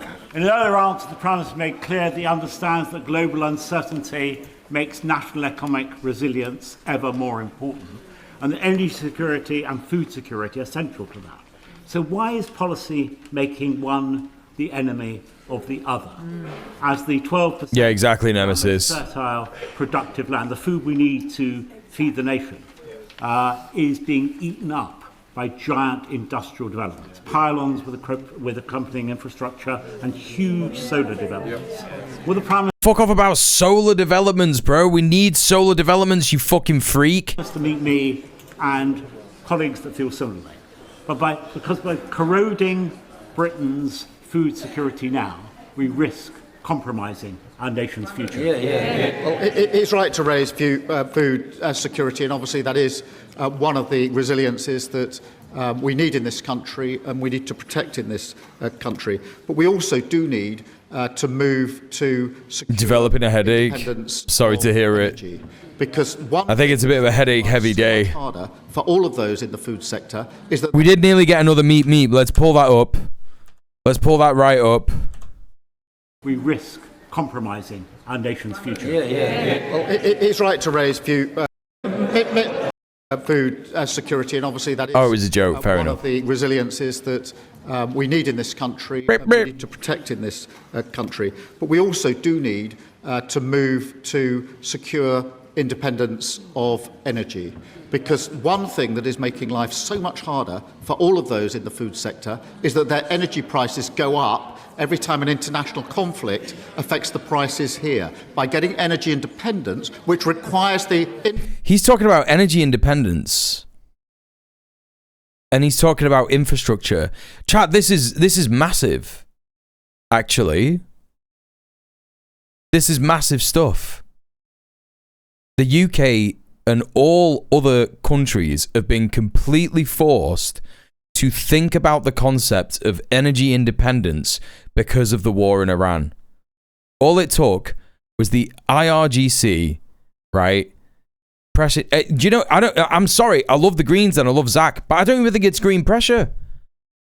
I don't even think it's green pressure. I think it was just that the IRGC cut off the fucking Strait of Hormuz for 2 months almost, and all of a sudden the entire Western world is thinking about energy independence and green energy. Fascinating. You think it's green pressure? I'm going to sit here and say I think it's a combination. I think that there is, as you say, Krill, a new economic reality, and they are also thinking about the kind of things that the Green Party is offering. What can the Green Party offer that we could also offer, right? And they will obviously sit there and go, oh yeah, well, we could do energy independence because that's not that much, right? You know what I mean? I meant both too. Everyone's saying, I meant both as well. I meant both. I'm smart too, streamer. Listen, you're all smarter than me because I didn't even think about the green pressure element of it. Infrastructure, we can protect them from that and therefore make them more resilient. And the Dixon. Thank you, Mr. Speaker. Like many MPs, I'll be heading up to my constituency later to campaign in the local elections. When I'm good fucking luck, mate. out on the doors talking to voters in the Shipley constituency, I'm proud of the difference this Labour government is making. Insane. How deranged do you have to be proud of what Labour have done? We're worried thanks to secure tenure, families supported by free breakfast clubs. Yeah, who started the renters' rights bill, by the way? And again, I'm gonna say it. The last Tory government was more left-wing on a lot of things than Keir Starmer. Even if some of the fucking issues were marginal, you know, the Tories ran on a general election promise in 2019 that they would end Section 21 evictions. I'm sorry. They did do it. Now, that was definitely pressure from Labour and lobbying groups and stuff, like actual grassroots lobbying groups. You know, I'm not going to discount the hard work of those guys, you know, of which GMTU that I was part of was definitely, you know, party to as well. But it is just funny that they keep calling the renters' rights bill, you know, a Labour victory when it was already pretty much settled in the wording of the paper. You know, it just had to be pushed through. Do you know what I mean? They always claim it as a win, and they're like, the Labour government is delivering this stuff, and blah, blah, blah. It's just like, it's so weak, man, honestly. And extended free childcare support, and workers no longer on exploitative zero. She's the MP for Shipley. What is the Prime Minister most proud of, and what is his message for voters in my Shipley constituency? This is so insane. This is so insane. I got Section 21 evictions. See no evidence of this free breakfast club they keep banging on about either. Did you get that like this week? Because it's the renters rights bill is supposed to go in to effect like this Friday. Renters Reform Act was going through Parliament. The Tories got booted out. Labour made a new one. No. They didn't make a new one. No, there was a lot of the same stuff in there. They just cut some bits out. Because the thing is that the Tories were never going to pass it, right? The Tories were never going to pass it, but the Labour government knew that they would have to pass it because otherwise, like, they just look way more stupid than, you know, they have to throw the voters a bone, right? And so they were like, this is something we can easily do. Doesn't matter, right? Yeah, they made a new bill for the new session, yeah. Well, they made it look like it was theirs, right? That's the thing. It's ridiculous stuff. Landlords are firing out the Section 21s. Yeah, I've heard a bunch of it, yeah. I mean, the benefit that you're going to have with that, chatters, right, if you're getting Section 21s, is that it's 2 months notice for a Section 21, right? And if there are a bunch, like the courts were already backed up to fuck in terms of landlords getting to grant possession orders for Section 21s. So it's probably going to take you fucking months to actually have that go through the courts. And by then, they might just turn around and be like, oh, well, we're under the renters' rights bill now. You know what I mean? But I would say get in touch with your tenant union. Oh, it was supposed to go through a year, but it didn't. Sadly, you got it late last year. You're in a new place now. Fair enough, yeah. And across the UK. I thank her for her question, and this is the first government for generations to take... They should backdate Section 21 bans as soon as it's tabled, yeah. They should. They should do that. And they don't care about that. ...services back into public ownership, Mr. Speaker. The first government to give rights and power... Yeah, they might be filed under the old rules, but like you know what, like, you've done fucking tenant union action for like a long time, right, Joe? And you know that some judges will just be like, I can't be arsed with this. I know that sounds crazy, but sometimes judges will just be like, I'm going to rule on this because I can't be arsed.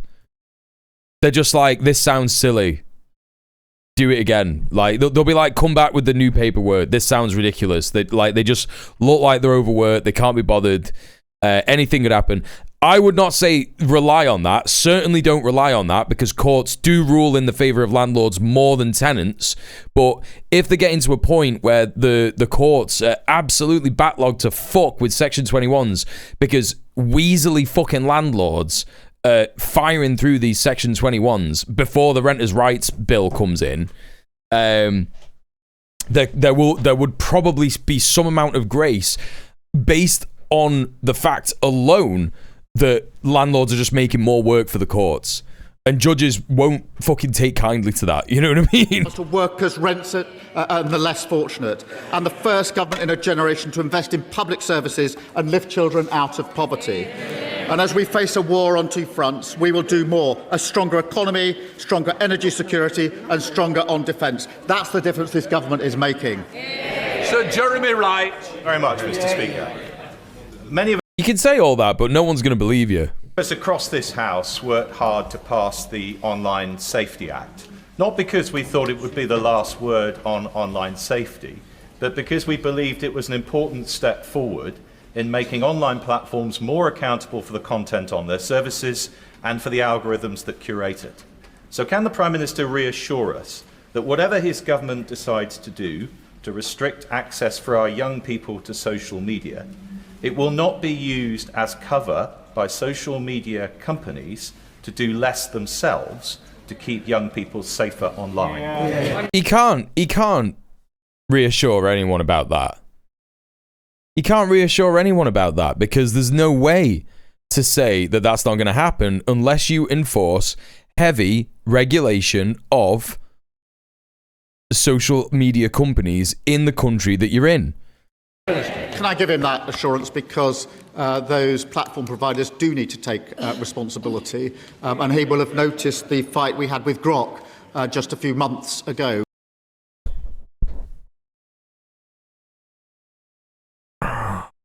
I'm tired, boss.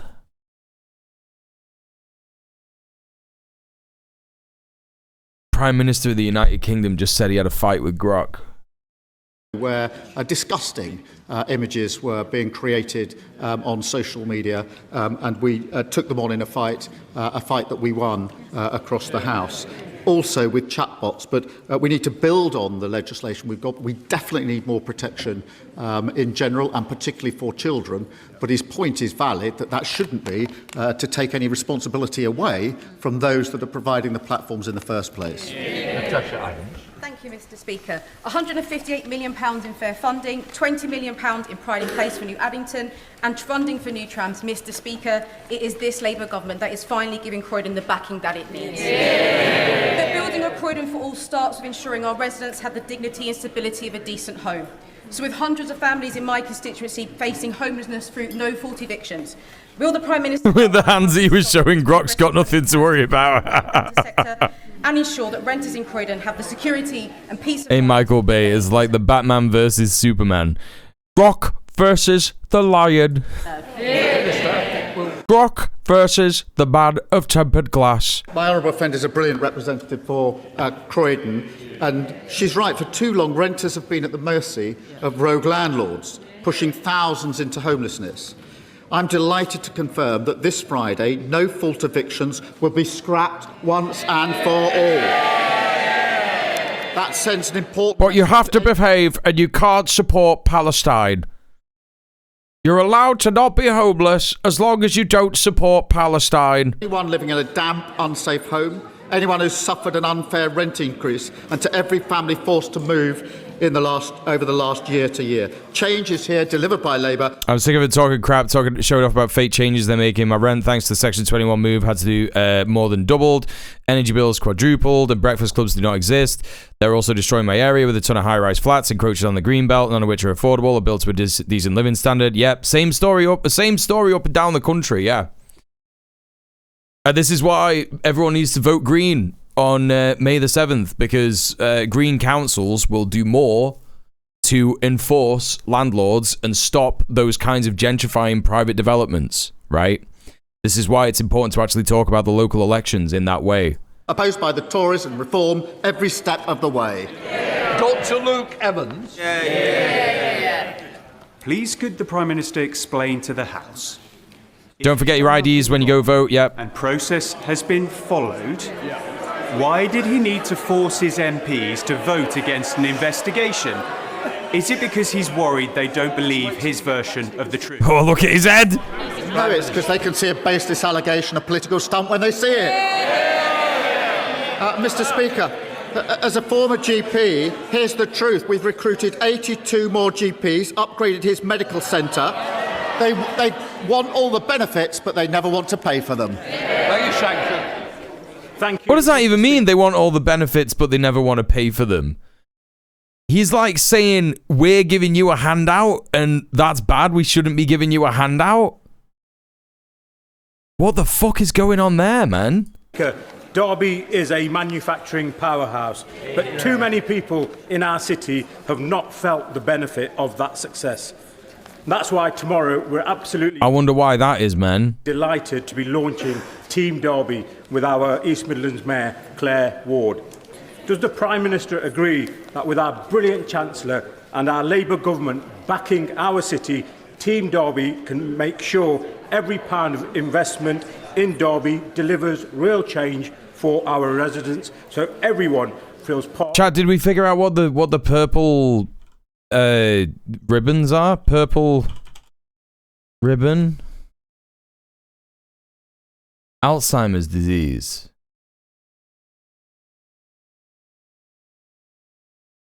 Domestic violence? Is it like Domestic Violence Awareness Day or something? ...of our success story. Prime Minister. Well, I think we should all back Team Derby. Our investment is helping to renew our submarine fleet. National I'm a Wanker Day. And creating jobs and growth. I'm proud to see Labour MPs working with the Labour Mayor and a Labour government to deliver a brighter future for Derby. Pancreatic cancer could be. Thank you, Mr. Speaker. Despite the government's ambitious house-building targets, the charity Shelter believes the current approach is not providing enough social and genuinely affordable homes.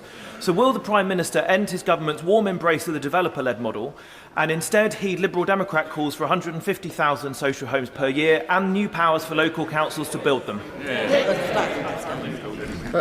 Mr. Speaker, we are going to build 1.5 million homes. We're upgrading... Oh, yeah. Uh-huh. Oh, yeah. He's fucking shaking. He's fucking shaking because he knows that housing is on the ballot next week in a big way.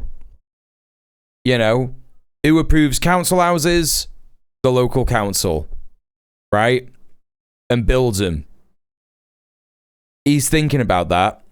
And he's fucking shitting himself because he just got asked an actual genuine housing question pointing out the flaws of the developer-led model that he is engaging in, which just results in gentrification. Because we know how important it is for everyone to have a safe and secure roof over their head. Look at Steve Reed bobbing away. Have more force if they hadn't abstained on the measures that we're taking in order to take these measures forward. Thank you, Mr. Speaker. Whilst our NHS across it's from fibromyalgia. Noticeable improvements thanks to the work of this Labour government. Southend Hospital and the I saw that ick in trunks, yeah. NHS Trust has continued to struggle. I thank the Department for Health and Social Care for working with me and my colleagues on this issue and for placing the Trust on the Intensive Recovery Programme. Does the Prime Minister agree with me that this is the right action to take? And will he meet with me to discuss our wider plans to improve healthcare in Southend as part of our Opportunity Southend? Southend. Prime Minister. After years of failure being tolerated, failing staff and patients, our new intensive recovery programme is targeting sites that need tailored support. Mr Speaker, there's more to do, but we're seeing real progress across our NHS. They've never heard this from a government. Waiting list lowest for 3 years. That didn't happen for 14 years. Any waiting times best for 5 years. They don't recognise any of this because they didn't do any of it. Fastest ambulance response in half a decade. And don't forget the parties opposite opposed the record investment that was necessary to make all of that. Again, chat, whenever he says the stuff about the NHS, just remember the reason that waiting lists are shorter is because GP surgeries are being directed to defer treatment, right? So not to refer patients for treatment.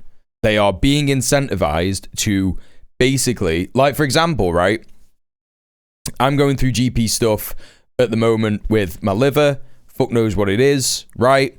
There could be some kind of like treatment that I could get as a result of it, like, you know, bad liver function or whatever. But it's being longed out. I'm having to do tests. I'm having to figure stuff out and all this kind of shit. I don't think it's anything that bad, but it's just an example, right? It's just like an actual example of what's going on. You know, they could have, you know, scheduled like, you know, fucking like regular blood tests to make sure that I'm improving and all this kind of business. They haven't done anything like that.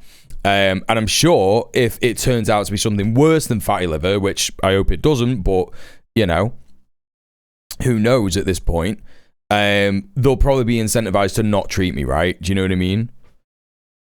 So, and this is just the case. Like my granddad got fucking diagnosed with lung cancer, like suspected lung cancer, right? And they did fuck all. Like, luckily he doesn't have cancer, but they were just doing fuck all for ages. It's like, bro, you said he probably has cancer, lung cancer, and he's fucking 80. And they were just like, yeah, it's fine. Don't worry about it, bro. You know, literally nothing. Hey, Grabbar Simpson, the people said they want to see shorter waits for treatment. If you don't get referred for treatment, you're not waiting. Is that the idea? Well, that's what the Labour government's idea is, yeah. Obviously, people want to get treated. But it's just waiting lists on the NHS in general, right? So, like, when we're talking about waiting lists on the NHS for treatment, there are different kinds. So you could have a condition where you're on the waiting list and the treatment is, I don't know, like regular immunotherapy or something, right? So that's like a waiting list for immunotherapy, radiotherapy, that kind of stuff. There's another waiting list which would be for surgery, and there's another waiting list for like referrals. You know, so there's all these different ones. People often refer to the wait times for surgery because surgery is often like, you know, a really urgent thing because often you have to have surgery because you've not been treated for something, etc. But you know, so this was the big political talking point regarding the NHS in the run-up to the election. The Tories have defunded the NHS. They're trying to privatise it through the back door, so waiting times going through the roof. They're not being funded enough. And so Labour were like, right, we're going to fund the NHS. So they funded Palantir, right? So they awarded a government contract, a private government contract to Palantir, which is like fucking billions of pounds. And they've also done this with other companies that are like in private health and stuff. So when they're saying they funded the NHS, they funded like database management to a firm that is doing AI and all this kind of business. You know, so they're going to have access to all of our health data. There's a massive battle at the moment going on between activists and the government to try and stop this from happening. It's called NHS out of Palantir, or Palantir out of NHS, sorry. And so they're talking about funding, like, we've funded the NHS, we brought waiting lists down. It's like, yeah, you funded the wrong area. You've not funded primary care or treatment, and you're actually incentivizing and managing the NHS, because you got to remember that the government chooses who manages the NHS. It's a government, it's a state-owned thing, right? So if you give it to like private companies to manage the NHS and also have people in the NHS who are basically managing it purposefully to run it into the ground, you're going to be incentivizing people to not refer people to treatment, so that it sounds like the waiting list is reduced, but it's just because less people are getting fucking, treated. Less people are getting treated. Less people are on the waiting list because they're not being put on the waiting list in the first place. It's not because they're being treated. That's why they always word it like that. It's the Trump strategy. Just refuse to acknowledge the problem, gaslight anyone who points it out, give a bunch of cash to grifters who said they'll fix it, have zero plan on how they're going to do that. Paid to upload all the medical records to the private sector. Yep, it's good stuff. Might as well set the money on fire, yeah. Thank you, Mr. Speaker. Everything international law is supposed to protect is being violated. A genocide against the Palestinian people, the catastrophe in Sudan, the Gazification of Lebanon. Against this backdrop, the government last week closed the International Humanitarian Law Unit and... This is true, by the way. There was a organisation in the UK that was investigating possible Israeli war crimes. Last week, they shut it down. This is something that I only heard of literally like today. Stop funding access to the CIR database of 26,000 human rights and conflict incidents across Israel, Palestine and Lebanon. This database underpins decisions on IHL breaches, arms export suspensions and whether the UK itself is acting within the law. Usually, criminals or their accomplices are the ones destroying evidence of their crimes. Instead, not a human rights lawyer or... Listen to the way that they're fucking jeering this guy because he's talking about Palestine. The people in the... the person... You will have heard someone just say just then, get on with it, right? That was Lee Anderson. Yeah? Reform MP Lee Anderson. I could just tell by his voice. Get on with it. Right? They're trying to make him stammer. They're trying to make him stutter so he can't get his words out, that he wastes his time for the question. And they're all yelling at him, going like, "Whoa, go on, get on with it." Government apparently committed to upholding international law. My question is simple. Prime Minister. Sir, you've taken far too long, Prime Minister. Mr. Speaker, let me reassure the House that the work... And again, you see the way that Lindsay Hoyle spoke to that guy? He's in the same place where Zara Sultana should be, the right back of the benches on the other side, the opposition, right? And he's also a brown guy, talking about Palestine. Of the International Law Unit has not ended. It will simply be done by a different team under a restructure. We will, of course, continue to monitor international humanitarian law in Gaza and elsewhere and invest in conflict prevention and resolution. Lies. Big picture. Thank you, Mr. Speaker. Some of the glazing questions went on for longer than that. This Labour government has backed the reopening of Doncaster Sheffield Airport from the very start. It means jobs, investment, growth and opportunities, not just for Doncaster East and the Isle of Axholme, but for the whole region. I have never seen this guy before, and I know for a fact that this motherfucker has not once ever in his life been chinned. Now, the Reform councillors in Doncaster are considering reversing their decision to support the investment, which would currently... By the way, yeah, I doubt anybody in Doncaster wants a fucking new airport being built. No one wants a new airport being built. Facilitate that airport from reopening. The suit is insane, yeah. Agree with me that the airport remains a huge priority for the area. Priority? Continue to work with us to find a way forward to make sure that we get our airport back open. Well, my honourable friend is a champion for this crucial local project. No, He's definitely a fucking champion. The fucking briefcase champion. For his work, and I know from visiting Doncaster what's chinned, punched. Vital reopening the airport is for local residents. He's got a Wallace and Gromit mouth, yeah. Unlock thousands of jobs. I'm deeply concerned by reports that decisions by Reform in Doncaster could put the Doncaster. reopening in This motherfucker just called it Doncaster. jeopardy. Labour put the plan in place. Like that, chat. Reform should honour their promises, stop playing games and get the airport open. Stop playing games, get the airport open.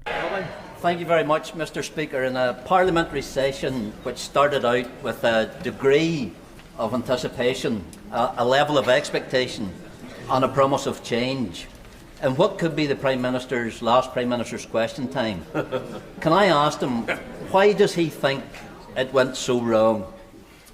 Was it his failure to support our WASPy women? His failure to support our farmers? Or his failure to support our Northern Ireland veterans and victims? Did this motherfucker just say waspy women?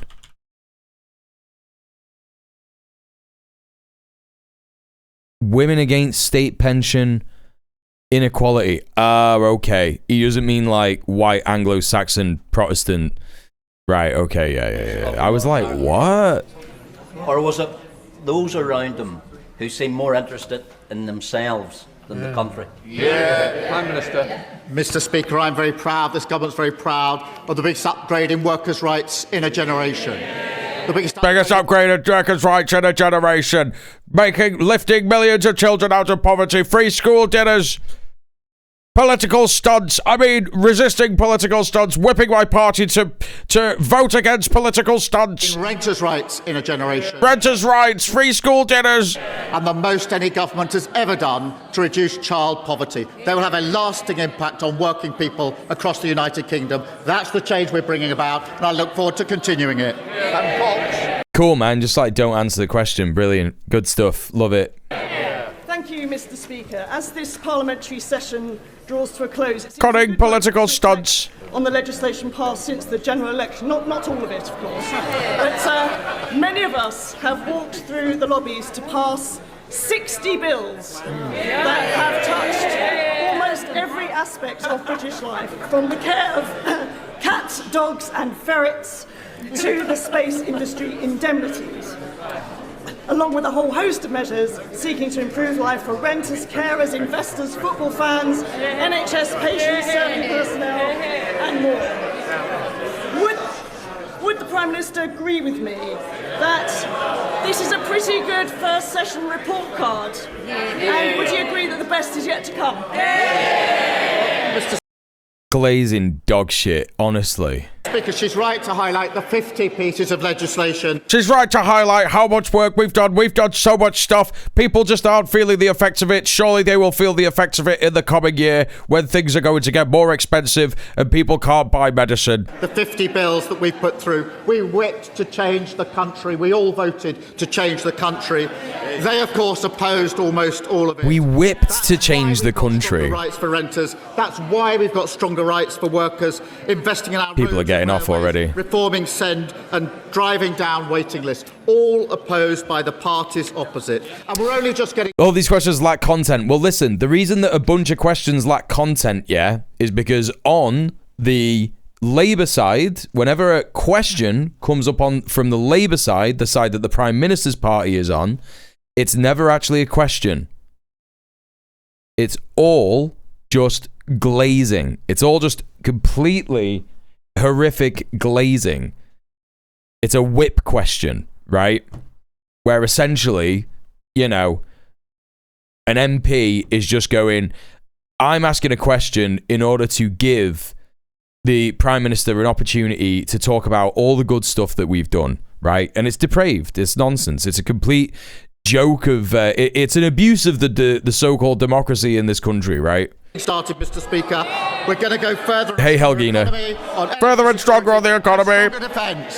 Stronger defence. Energy security. He's now just trying to get through these last questions so that he can leave and prorogue Parliament. Gibson. Thank you, Mr. Speaker. Before we Hey, Baldwin. leave this House for several weeks, I feel absolutely necessary to raise an issue within my constituency, which I have been trying to get an answer from DEFRA and from the EA. where we have a landfill site in Caen that is producing sulphurous smells that is causing residents to need to close their windows, causing children to have sore throats. Oh, man. And yet I am not getting any answer except that the Environment Agency itself admits that controls may not be working effectively. Like my constituents, I find it really disappointing that we are not getting any serious response. This is not the kind of thing you expect in the UK. You do not expect the air you breathe not to be safe. And I would like to urge the Prime Minister to help me in getting a response from DEFRA and from the EA on what measures can be put in place to reassure my constituents that they are not suffering ill health. Thank you. Well, can I Hear them all yelling, give way. For raising the issue. Now she has raised it with me, I will make sure that I go away and chase up that she gets the reply and importantly that they are entitled to. It's so funny whenever he gets a question that he's not ready for. You can just tell, can't you? It's like he rehearses for questions about his performance, about Peter Mandelson, about defence spending, about all this kind of business, and then as soon as a question comes up and is like, oh, well, actually, what about this thing that you've never heard of before? And he's like, I will do the research and find out and I ensure that I will get back to you. That completes Prime Square. Catherine. Right. Well, there you go. It's good, that, innit? Great stuff. Now, Parliament is done for multiple weeks, chat, until the local elections have happened. And of course, the local elections will indeed be being covered on this stream, won't they? It's good stuff. What a load of shite that was. It was. Yeah. It genuinely was. Listen, chat, I didn't cover some of the stuff that I wanted to cover tonight. And I know that it is only 10 o'clock. But as I said at the start of the stream, I am extremely tired. And I do want to do a tiny little Tomodachi Life stream tonight because I keep going to play it to just like do some grinding, and it turns out that the little me's will just do a bunch of stuff without me even clicking on any bubbles or anything. So like, there's been developments that have been happening that I'm gonna have to try and fill you in on, right? When we watch it on the gaming channel in a bit, right? So if you want to come and check out the gaming channel, literally within the next 20 minutes, I will be streaming on there, playing some Tomodachi Live. So get that up, that link there. Get that up in another window now. But we are going to raid someone because I know there's a bunch of people here who will be wanting to continue watching political content. We're going to go ahead and do a nice little raid for you. We are going to go and raid Larry. Let's go raid Larry. Larry is, of course, doing a bunch of educational stuff, as per usual. I think that he is, this second,